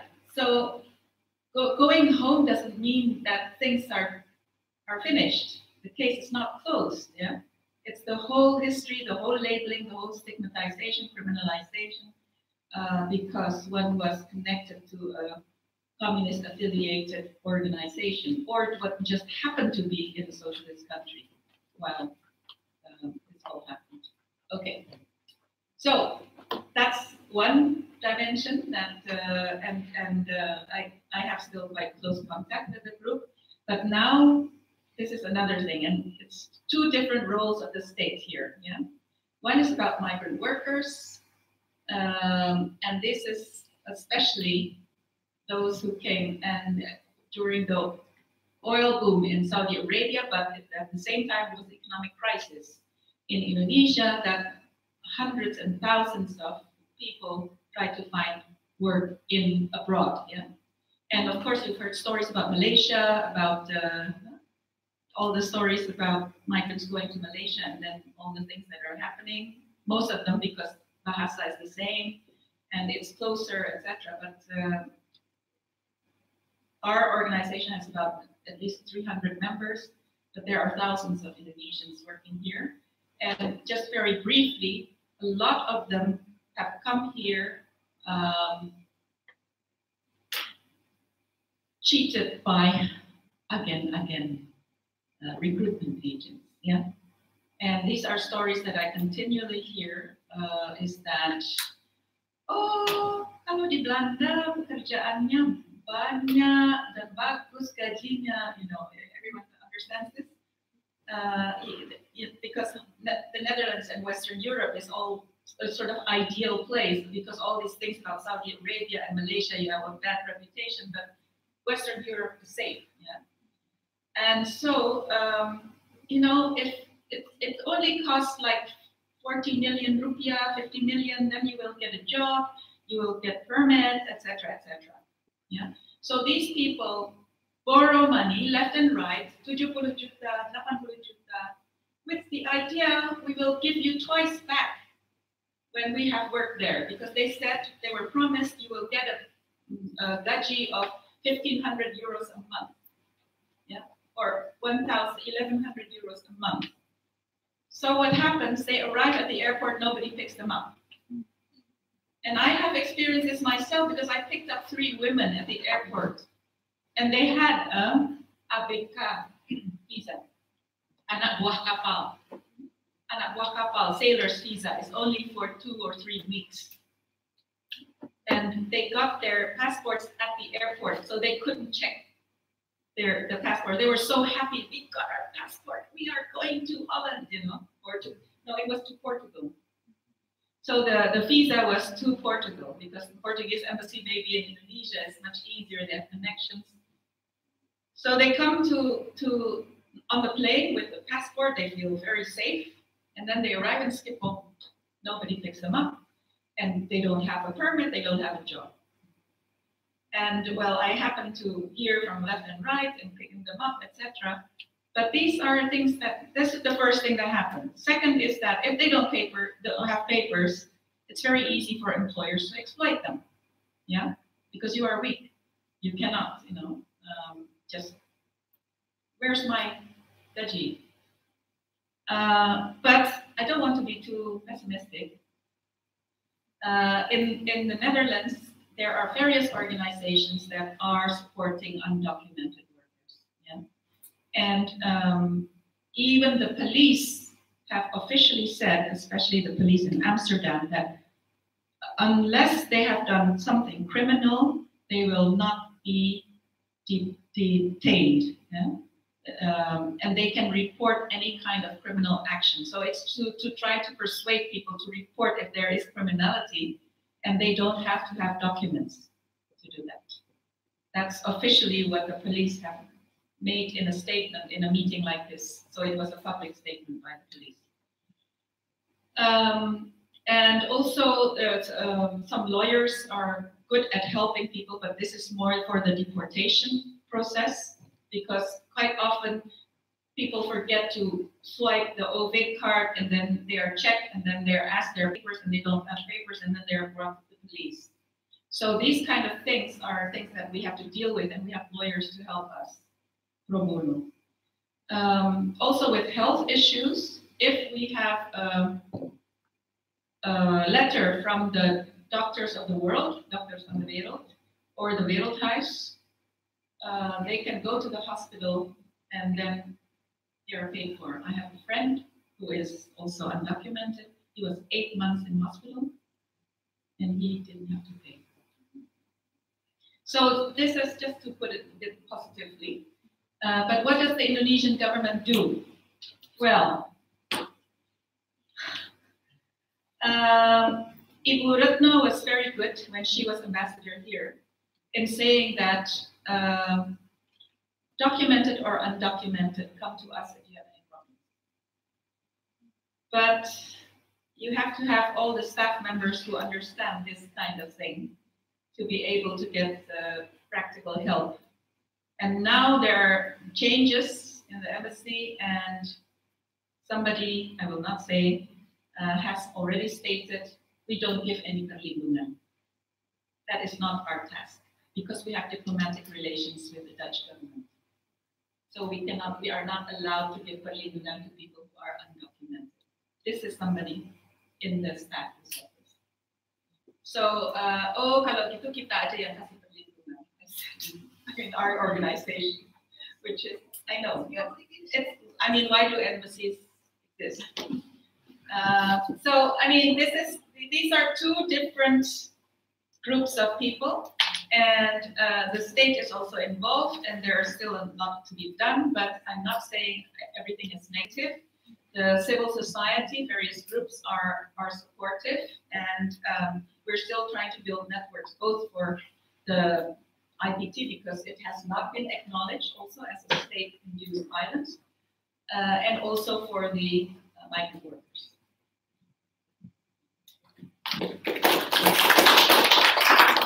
Thank you, Buratna.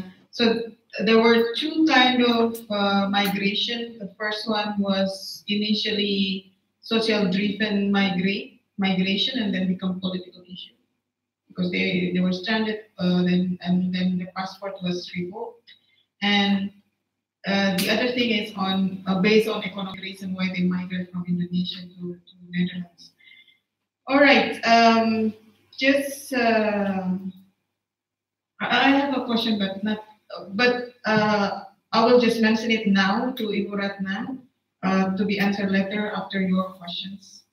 My first question is, Jimli Asidiki, 2 weeks ago, the Presidential Advisory Council stated that the human rights past abuses, including the 1965, will be dealt by non-judicial approach. So I would like to hear your opinion about this. And last week, Joko Widodo asked the Attorney General to deal with the human rights abuses, including the 1998 tragedy. Now he used to finalize. In 2010, he used the word to address. Because in 2010, Joko Widodo just started the presidency. And now, in the end of presidency, he said, finalize the human rights abuse, the past human rights abuses immediately. So I would like to hear your opinion about this. Okay, we have three experts who have been explaining us about the situation, the current situation in Indonesia after 20 years of reform. Seems like we have a lot of problems. Yes, there are a lot of achievement, but there are a number of problems, homeworks to be done. Direction seems to be not to go to the right direction. With this all kind of complexities that you've heard from the three speakers, I would like to open the question and answer. We have time until 4 o'clock, and this is 10 minutes to 4 o'clock. I would like to ask the organizer, can we extend until 4:15? Yeah, the speakers. Are you okay? Yeah. Okay, the first part of the question and answer. Who want to ask? Deepa, Nova, great. Mike.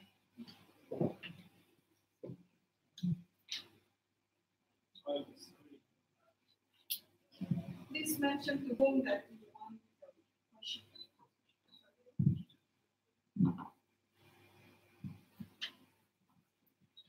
My question is addressed to Ward about I don't know, like how do you think, in your perspectives and after you've just done your research, and how people actually should be built in the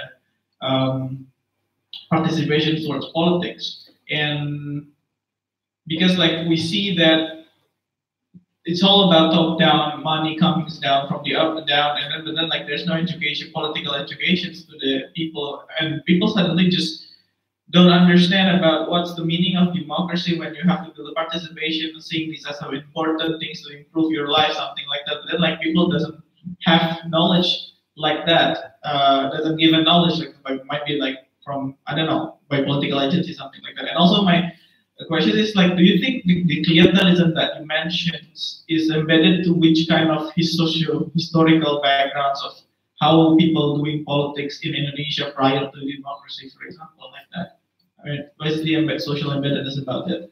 And maybe for Bu Ratna, maybe could you tell us about how the possibilities of the reconciliations of the transitional, because like most of the countries, for example, in Latin America, who are having so much problems in the past about persecutions, about human rights violations, they're using a transitional justice and reconciliations to do that. But then, like, it seemingly is not important discourse to be talking about in Indonesia, like as big as much as in Latin America. So, what's your perspective? Thank you.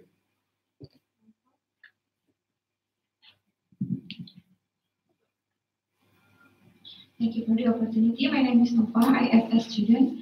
I have some notes, but maybe the first one is toward, as we know that people in the village and also marginalized group like farmers or women fisheries and also wage labor are really vulnerable to be immersed in clientelism involvement, like receiving food, cash, and and that their voice can be bought. And even though the reform has been there since 20 years ago, but the clientelism and any bad practices of politics still exist. So my question is there any NGO or kind of institution that give them educations and tell them that the practice of clientelism and any bad practices of politics is something that we have to avoid, or it's just useless to give the education to them? And because we will having a president election upcoming years, so maybe you can share the trends of it. And second, it's about the natural resources management law, and to Mas Yance, those issues that the petani kandang and also and the others, I think that those issues could be politicized by the politicians, or candidates. I think that they will sell the issues that they are standing for them and to get the sympathy from us, from the voters. So how do you think about that, and to what extent that we can trust the candidates, and how do we know that they didn't misuse the issues as the political weapon? And the third one maybe to Mbak Ratna, but it's just a short question. How do they think about the government right now, the exiles? Because I talked to some people, but I don't know whether they are exiles or not. But they do live. They have been live in Netherlands from years ago, and they don't care about the election and stuff. And what do you think about that? Thank you.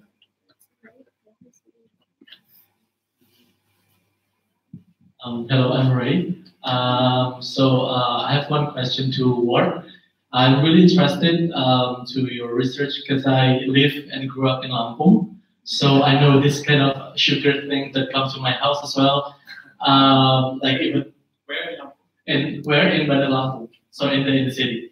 So yeah, I know that. But my mom is not the one that supported Rido. He supported the other one, Herman, which is the second one who got the thing. So that's the background of my interest. And then when I was there, I think I just finished my high school, so I didn't really know like the politics and everything.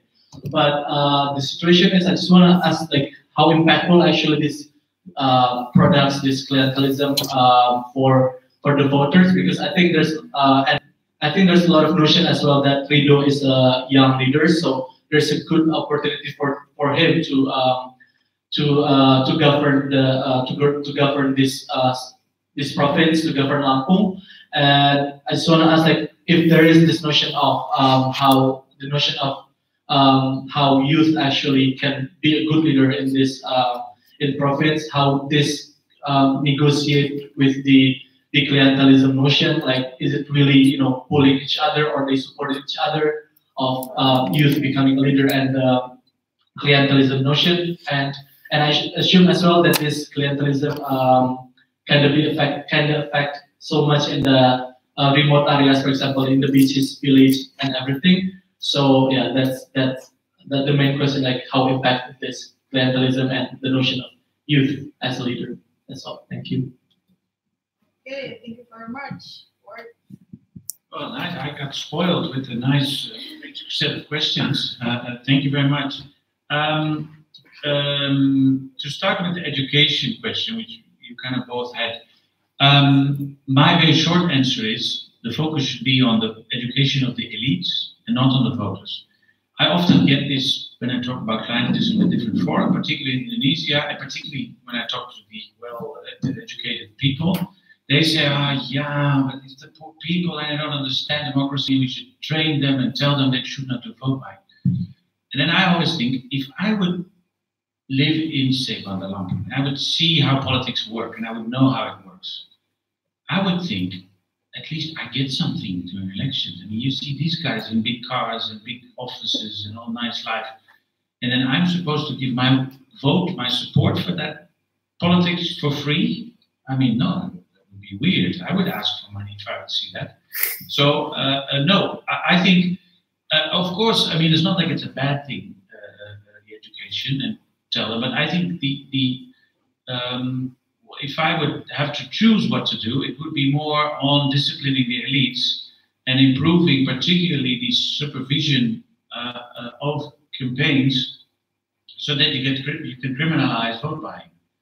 Right now, it's basically an open secret that is done, and there's nobody arrested for it, while there's huge amounts of money going around. So there's no active monitoring at all of vote buying. But if you would, arrest people, put them in jail, criminalize it, create newspaper articles about it, then you could start discouraging political elites to engage that behavior, and that would then, reduce the amount of money. About the embeddedness of clientelism, yes, I mean, that's a good question, and that there is a historical background to it. And there's also, but just to highlight one point, it's associated, clientelism is a negative word, but it's not. It's quite understandable from the viewpoint of people who have the particular historical background as most Indonesians have, that the state is something very far away, that doesn't do very much good things, while your family and your personal network is your safety net, is where you rely on when you get sick, etc. That means that for your personal welfare, norms of reciprocity, fulfilling certain duties to each other is very important. So, in that light, it would be more like unnatural to say to be closed off to that kind of practices. And when your nephew comes to you, you are a civil servant, he wants a job, and then you says no, and we have procedures. There's a rule. You have to send it to the HRM department and send a letter, and they do it. That's how officially it should go, but it's not necessarily ethical behavior from the viewpoint of that when you have a particular experience of the state. So it's understandable, and in that light, clientelism is not going to go away anytime soon. It's more like we have to deal with it rather than just say that is negative or something. Which relates a bit to your question. Of course, there is also voters and voting behavior is like a mix of clientelistic behavior and what am I getting out of it, and favors and networks and all that, plus people liking the visi non misi of the candidate and liking also the charisma or the quality of a person, including it's a young candidate and all that. So in that sense, it's a good nuancing of what I said. It's those three things, usually the charisma, the policy, and clientelism that kind of shape voting behavior. What worries me, though, in an area like Lampung, is that newspapers rely so much on government advertisement, and need money too, that there is lack of critical reporting. And if you look at say, one Ragarbanda Lampung or something, there's a lack of critical assessment of what has Ricardo achieved during his 5 years, or some investigative journalism on how has Sugar Group profited from putting Ricardo in power. So that even if you have critical, engaged youth, it's very difficult for them to know who's a good leader, who has done good things, who's not. And we only have basically the image to go by. So there's a problem of media too, journalism.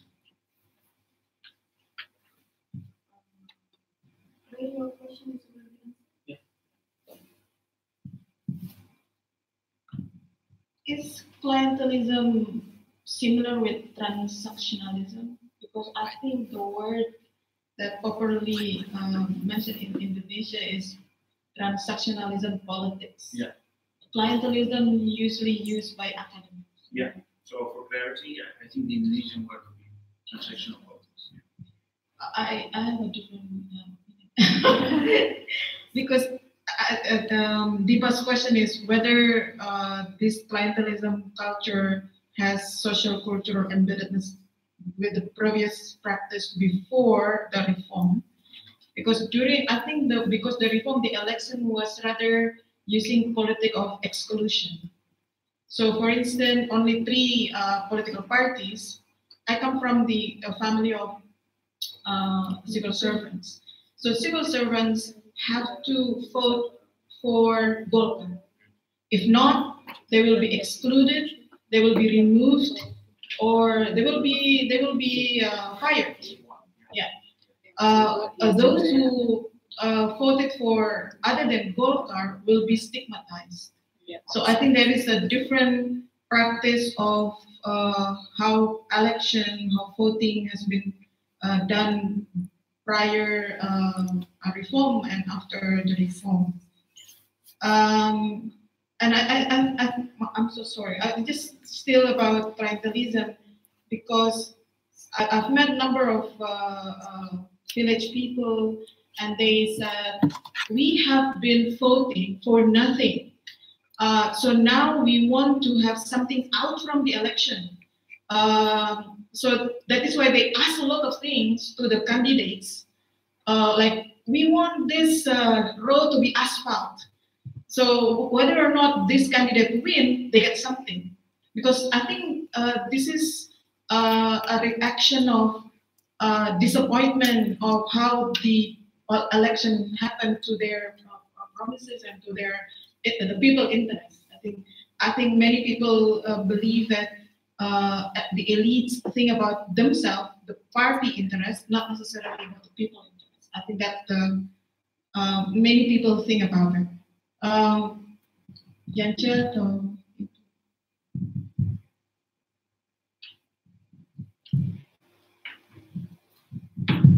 Okay, thank you. I would like to give a reaction to the Nova questions about how elite politics use those issues, for instance, independent, to get sympathy of the voters for the elections. Yeah, I don't know with this case before Jokowi elected as a president, but do we believe the promise of the candidates? That's also a question. Because when I would like to reflect with one of the promise of Jokowi before he ran for Jakarta governors, he received a proposal from Kampung Duri to create a rumah susu in Kampung Duri in the Ciliwung rivers. But then, after he elected as governor, this proposal was not implemented, and then he was replaced by Ahok, and Ahok has a different program to try to normalisasi Ciliwung, and then try to displace Kampung Duri at the time. And then at the same time, during the Ahok ran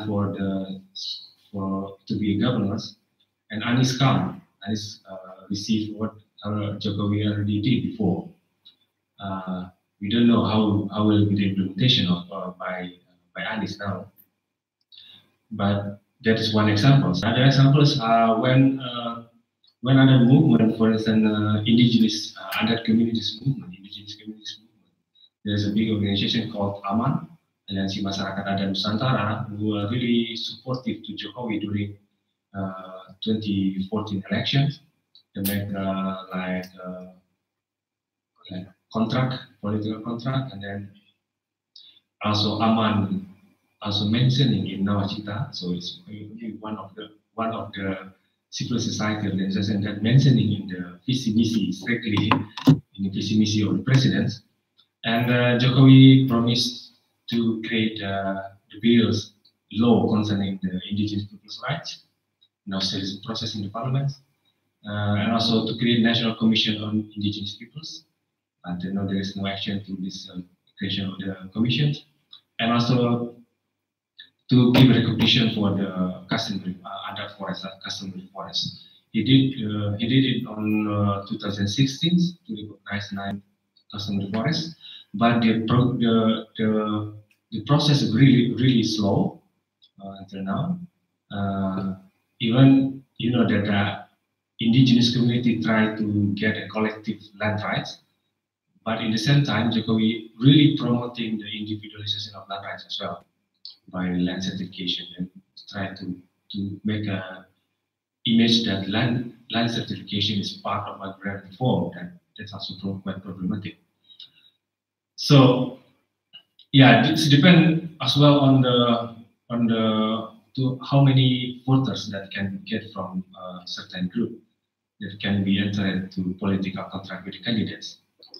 In the same time, also every candidate try to find another organizations, not only peasants or indigenous communities, but also, for instance, try to get a good connection with the sultanates, the traditional kingdom. For instance, the last government tried to invite many sultanates to come to the president palace to have a dialogue. Of course, they will talk about political currency as well in the future, and also Islamic organizations.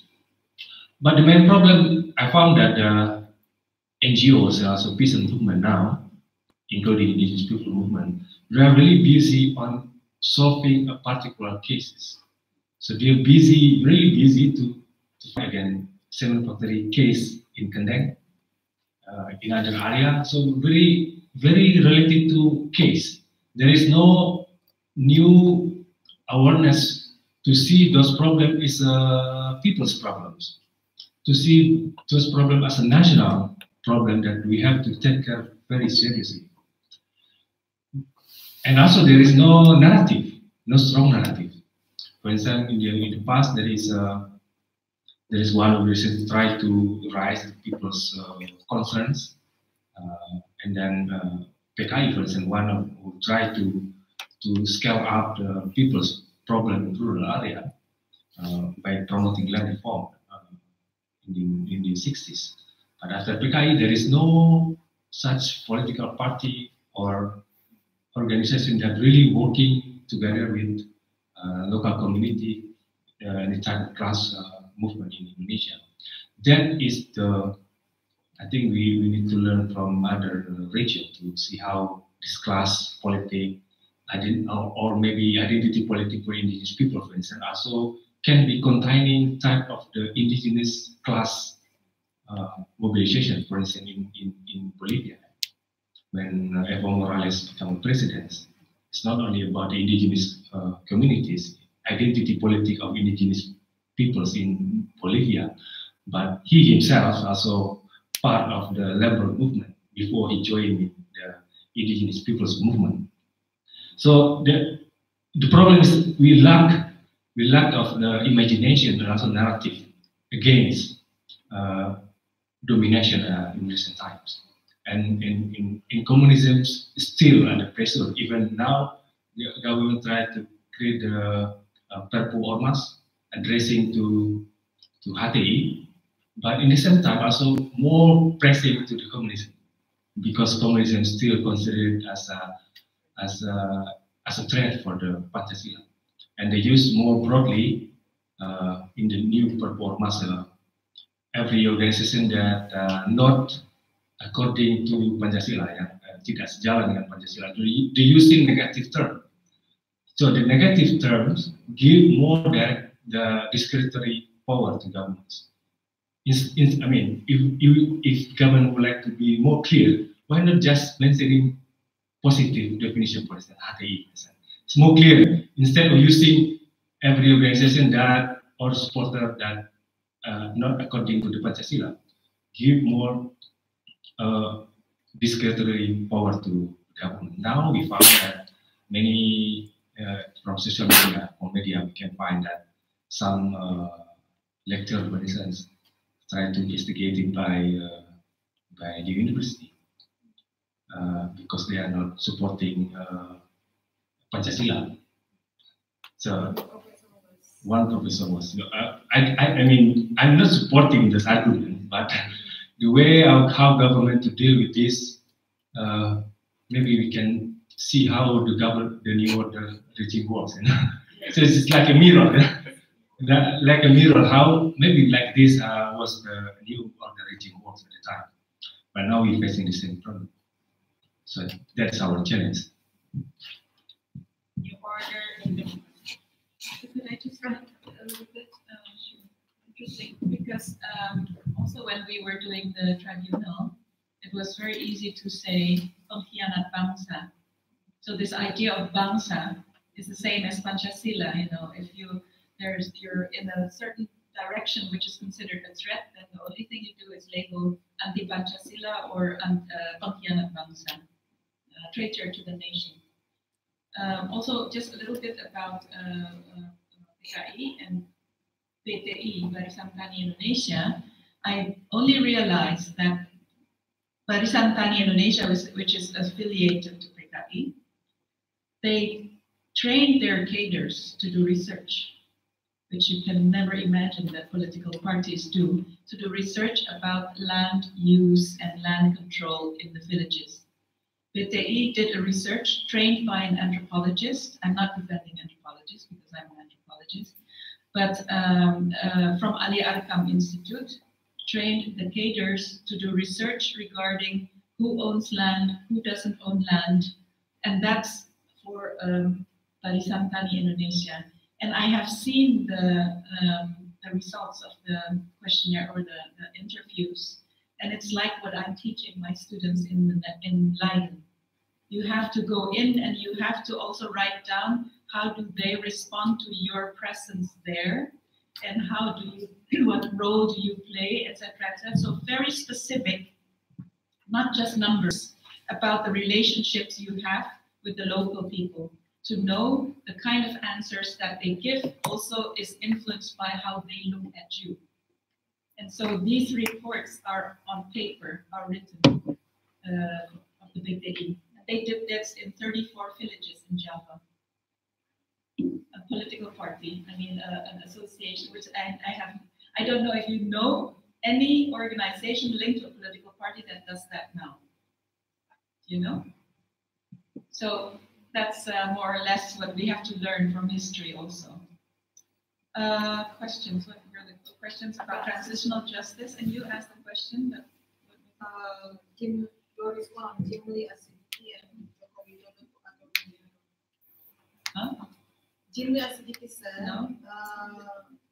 The cost abuses will be done with non-judiciary approach, and then Jokowi asked Attorney General to deal with the issue, to finalize the issue as soon as possible. Yeah. But assigning Attorney General, how would that be affected? Well, I think it's linked. There is a meeting. Yeah. So we would like to taking that so people take time. Yeah. Yeah. Well, that's already kerukunan without even dealing with the issue. Yes. So I'm not very positive. But about transitional justice, you have to know that Komnas HAM already submitted a report to the government and to the NPR, and nothing was done about it. And they said, oh yeah, I remember. They said, oh ini buktinya kurang kuat, kurang lengkap. The evidence is not strong enough. And they had already interviewed 348 people about this past violence and killings, etc., etc. They had interviewed from how many provinces, and that was not evidence.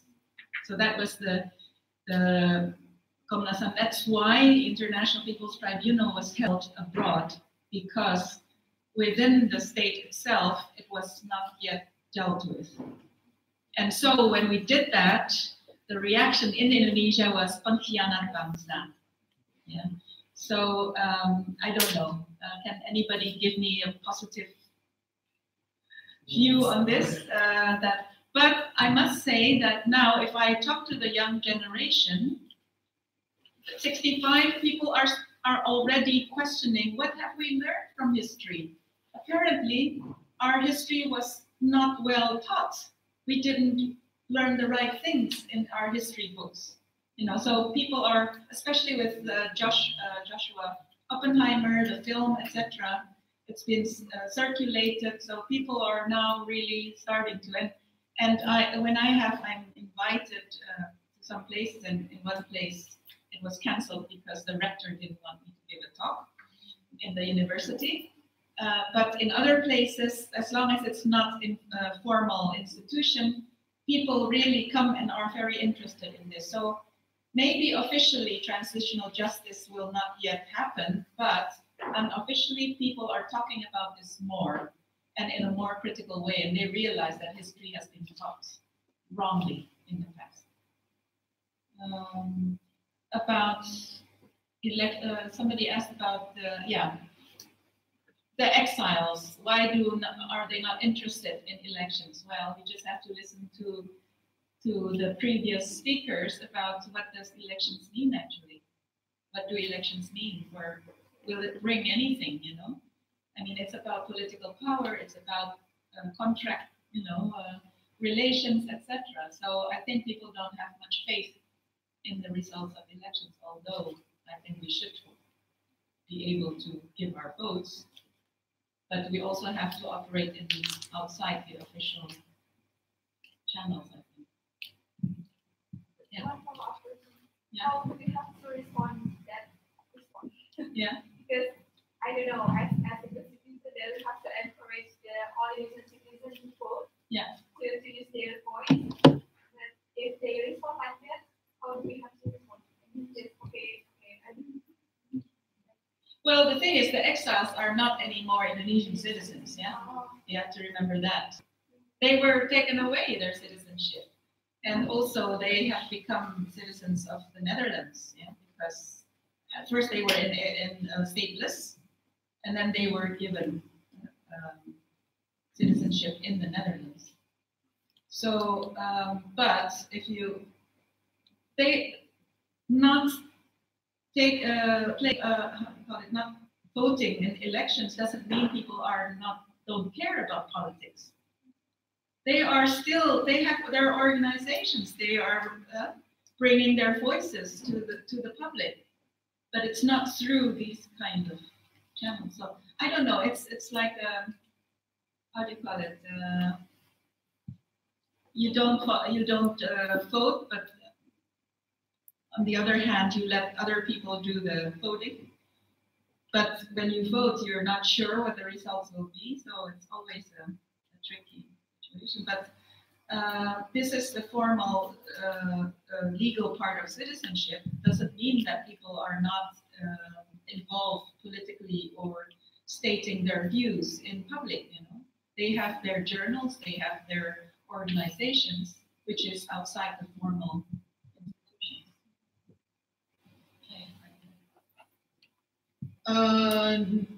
Now we have offered 5 minutes from 4:15. So I think we are not going to open another questions, or how? I would like to ask the organizer first. Do we want to open another question and answer, or one round, or we finish? you guys have any other questions? Yeah. Do you have more questions? Yeah, one. Can we open another round of questions? Yeah. Yeah. Okay. We can start with.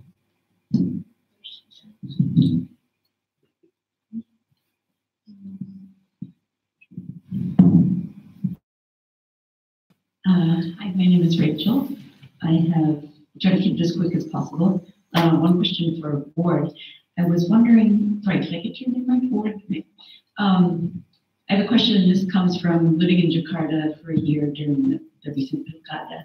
I'm wondering if you can comment at all, I'm not sure if your research has looked at this, but where this money goes, the money that's put in, not just into people's pockets, but I'm thinking a lot, I guess, about pencitraan and imaging and the way in which, just sort of anecdotally hearing from friends who work in marketing offices in Jakarta, how many political candidates they're doing imaging campaigns for, and people who are just, kind of speculatively thinking about running. So I'm wondering if you can all talk about the role of money in terms of the rise of kind of an image politics. And these are probably cases that are not so much local elections like you've been looking at, but larger elections, or the way in which, Prabowo has been running some kind of image campaign for years now.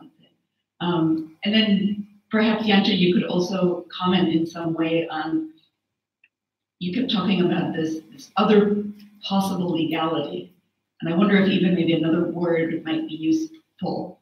But it seems like you're gesturing towards something about a moral, ethical kind of reckoning with what is right, what is true, that's beyond the illegal or the legal. I know you spoke a little bit about the role of media, both in Samin Samen and various projects, but I wonder if you could talk at all about, particularly with Samin Samen, it seems like the work that Dandi and Pancha and Watchdog have done, and the work that they've done, over here in Germany, is kind of incredible in terms of how this story has had such power. So I guess, yeah, the questions are about media, and I do have a question for Ibu Retno, but I'll save that for after. Any more questions? Yeah. Okay. I have a question, especially about clientelism and political parties in Indonesia. I've read some papers and some articles regarding party subsidies, especially in European countries, where European countries have party subsidies and a much stricter regulation on how that subsidies is being used by political parties. My question relates to, can this be used in Indonesia? And if it's possible, how can party subsidies reduce clientelism in Indonesia, especially since that political parties no longer needs to get money from corporation. They don't need to get more money from shady business and can just get more money from the government and thus reduce clientelism. That's my question. Thank you. One more? No? Yes, thank you. I'll try to answer as quick as I can. To take the last one, that is a topic of discussion because indeed the kind of distrust of Indonesian towards parties led to a real reduction of subsidies for parties, which was harmful. And now I think 1 year ago or 2 years ago, there has been a widening of party finance in Indonesia. It's still not a lot. And I agree with you that some increase of money would, counter some of the things I spoke about, but it will never be enough. There's so much money go around that formal financing would not solve it, but it would help. I agree with that.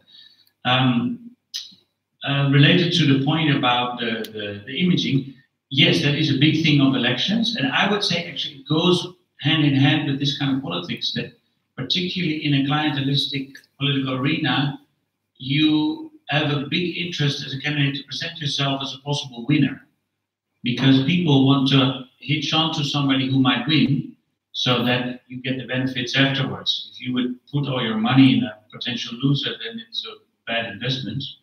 So a lot of actual money, for example, goes into financing opinion surveys, polls, that sometimes are really fake, but that show the candidate is winning. And that's part of the whole thing you have to do as a candidate to show that you potentially might win. And then so I want to ask by asking one question to Jantje, to end with that. I like that phrase indeed of the legality. Is there another legality beyond formal legality, kind of?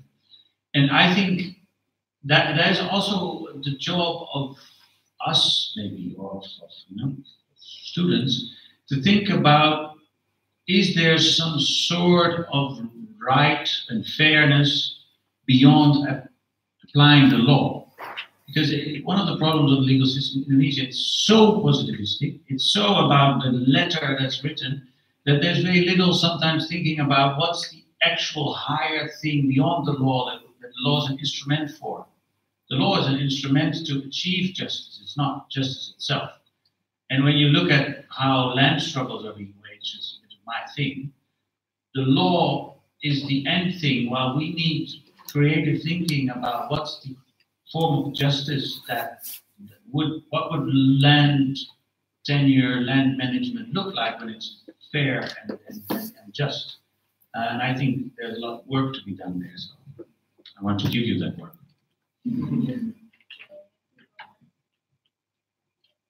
So a split work then.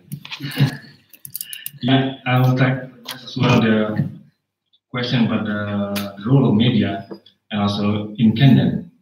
In Kenya, I found that there are many narratives that can be attached to this movement.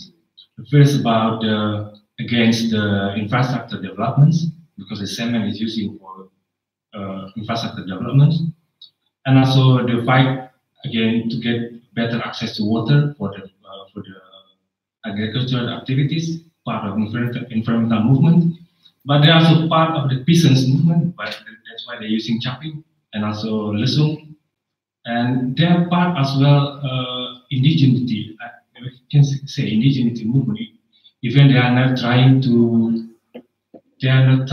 use what the Amans refer to it. So they try to find another way of using adat or indigeneity as a way of struggle.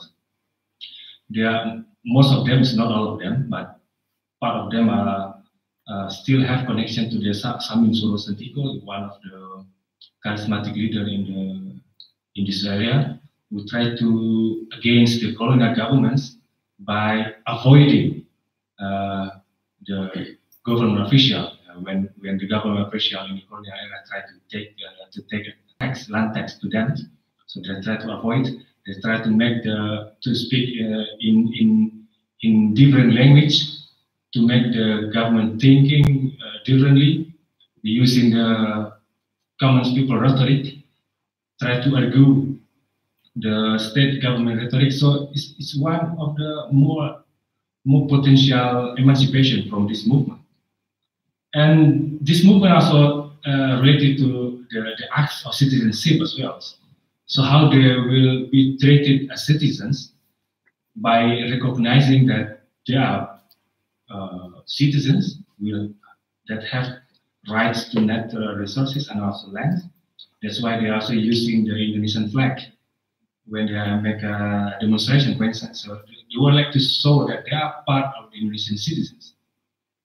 And they also have ability to make this movement become transnational movement, international movement. So that's why the media saw this case is very colorful. So there are many aspects that can be used, also including women's struggles, environmental struggle, and indigenous community movement against capitalism as well. So very perfect example to learn from this movement. And yeah, how do we deal with this potential emancipatory cases?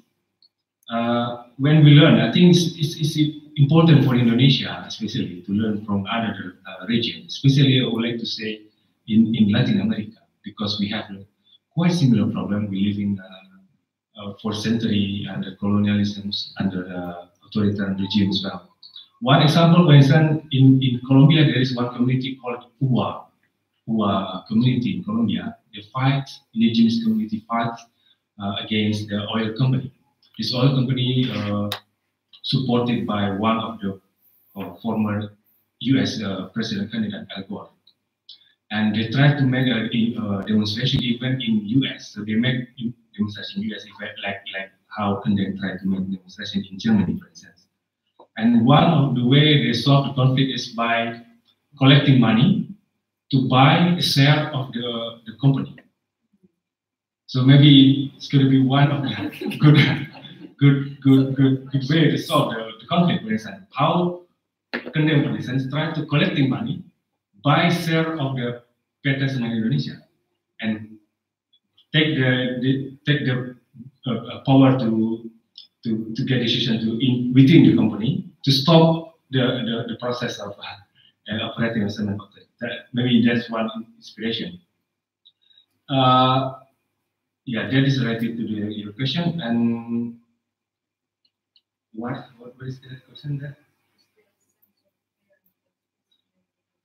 Yeah, for instance, in Kendeng there is one most interesting thing from Samin, for instance, Samin legacy, how to creating communities that can harmonize with the nature. They don't work as a trader, so become a trader is become penipu, yeah? Because you buy English. Because you buy in low price and you sell in high price. That is part of cheat, yeah, like cheating. Yeah? So it's not you don't act fair, and they don't go to school, even they have education, but they can read. So they have a different kind of how the way they organize themselves. That's one of potential imagination that I think is quite important in this case. Now there is also a movement from Latin America. They call it like buen vivir. Maybe somebody knows. Buen vivir, living very yes, yeah. Living well. So it's one of the maybe one utopia, but we have to deal with this. We have to learn about this. to see maybe another world is possible. And in terms of the, I would like to address for the last point about the KUHP. KUHP, now we found that there is a trend after the Reformation that the state going to be more repressive by creating many provisions in the law related to the criminal provisions. So we found it in the natural resources law, but now in KUHP it's become more, more control from the state to the society, So they're using the criminal sanction to control the society. Maybe this is because during Reformation era there are no strong government anymore. So the government try to be strong, stronger by creating many criminal sanctions to control society. But it can become a threat to civil society. Cheerful last word. Yeah, you did just Okay, so the last part is really that state use the law to repress the people is very frustrating. But anyway, one way to address the issue is to recognize the issue. Now we need to recognize the issue that has been put forward by all speakers, and perhaps that's also our role as scholars to find ways or to suggest or to provide meanings to what is going on, and then talk to more people through media or whatever channel you want, or whether accessible, on possible getaway from the problems. By scholar, we don't have to provide recommendation. We just criticize. That's the good thing about being scholar. But anyway, I think one step in addressing the issue is recognizing the issue, which is now lacking. I think we can start from that. And thank you very much for your active participation. Thank you very much for the insights from the speakers. It's very, very fruitful. It's very engaging. It's very timely and strategic for Indonesia right now. And I would like to close the session. Thank you very much.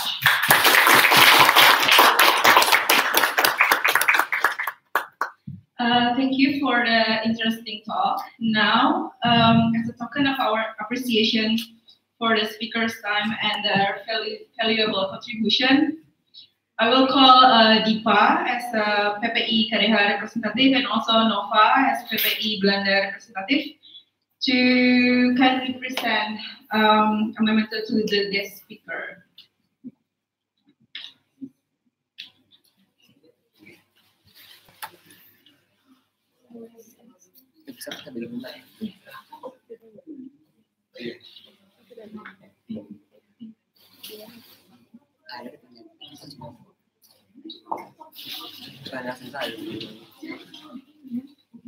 Maybe we can invite the speakers also, the moderator in here.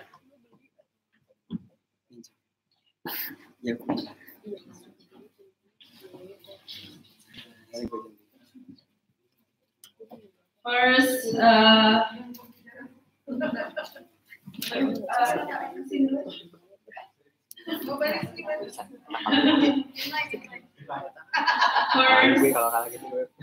thank you to Ward. Thank you.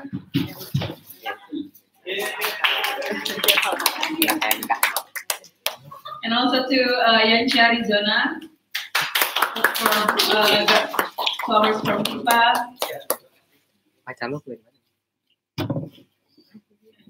And to Ratna Saptari from Nova. And also for our lovely moderator, you know.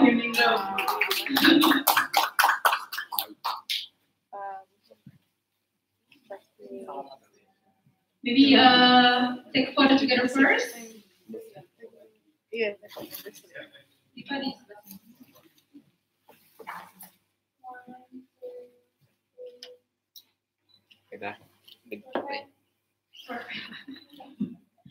Thank you. But now we still have a poetry reading.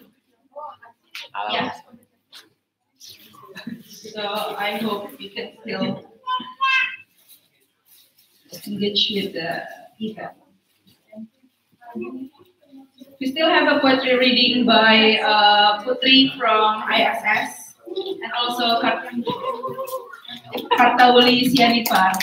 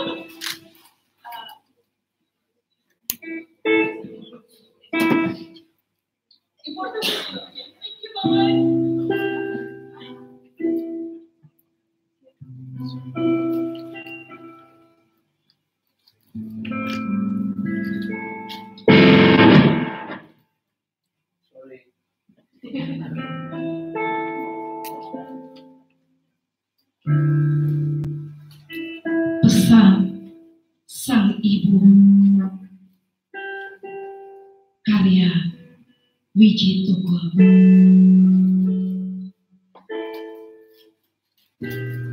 Tatkala aku menyarungkan pedang dan bersimpul di atas pangkuan, tertumpah rasa kerinduanku pada sang ibu. Tangannya yang halus membelai kepalaku, bergetarlah seluruh jiwa ragaku. Musnahlah seluruh api semangat juangku. Namun sang ibu berkata, anakku sayang,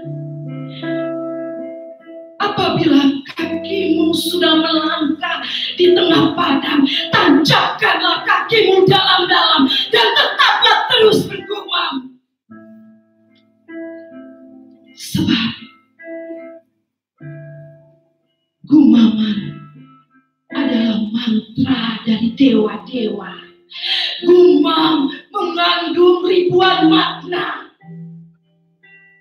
Apabila gumam itu sudah menyatu dengan jiwa raga, maka gumam akan berubah menjadi teriakan yang nantinya akan menjadi gelombang salju yang besar, yang nantinya akan mampu merobohkan istana yang penuh kepalsuan, yang penuh dengan kemunafikan. Tatanan negeri ini sudah hancur. Dihancurkan oleh penguasa negeri ini. Mereka hanya bisa bersolek di depan kaca, tapi membiarkan punggungnya penuh noda-noda dan lendir hitam yang berselubungan-bungan.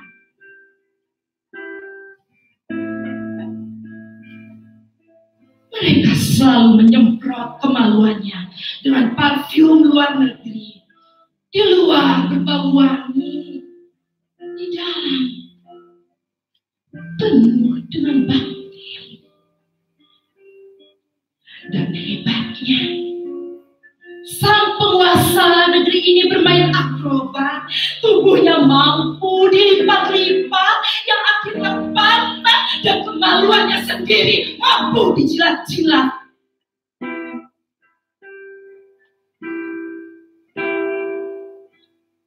Anakku,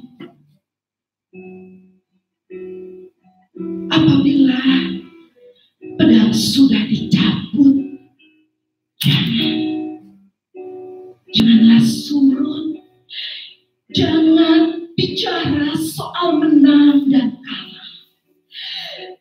Sebab menang dan kalah hanyalah mimpi-mimpi yang muncul dari sebuah keinginan. Keinginan hanyalah sebuah khayalan yang akan melahirkan harta dan kekuasaan. Harta dan kekuasaan hanyalah balon-balon sabun yang terbang di udara. Anakku, asahlah pedang itu. Ajaklah mereka bertarung di tengah padang, lalu tusukkan pedangmu di tengah-tengah selangkangan mereka. Biarkan darah tertumpah di negeri ini. Biarkan satukan gumamu menjadi revolusi. Terima kasih.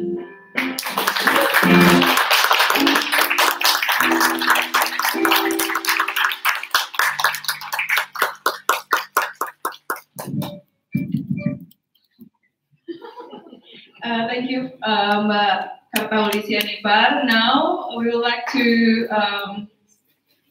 Putri, what's yours?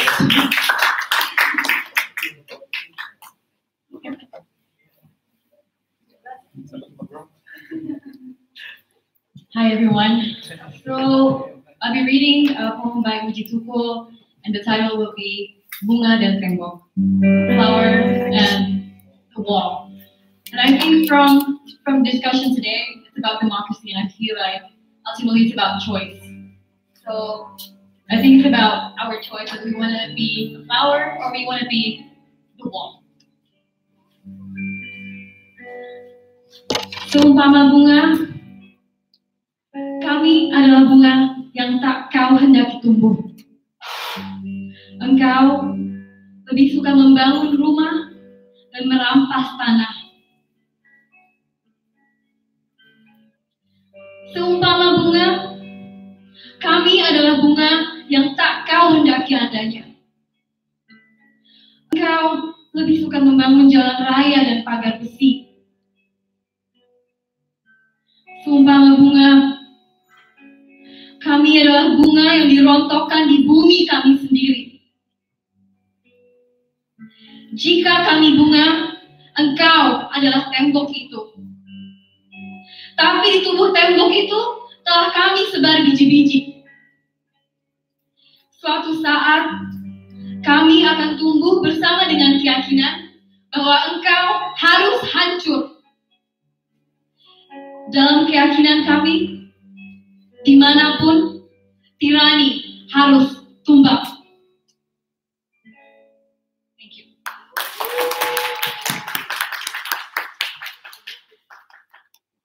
Very powerful poetry from Uji Tuko.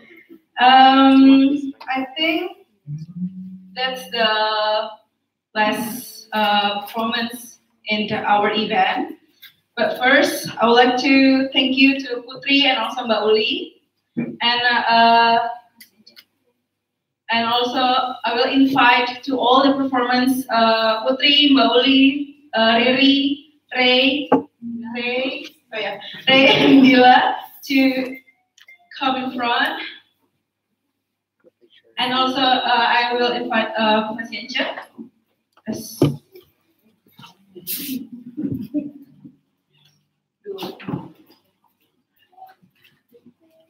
Belakangan.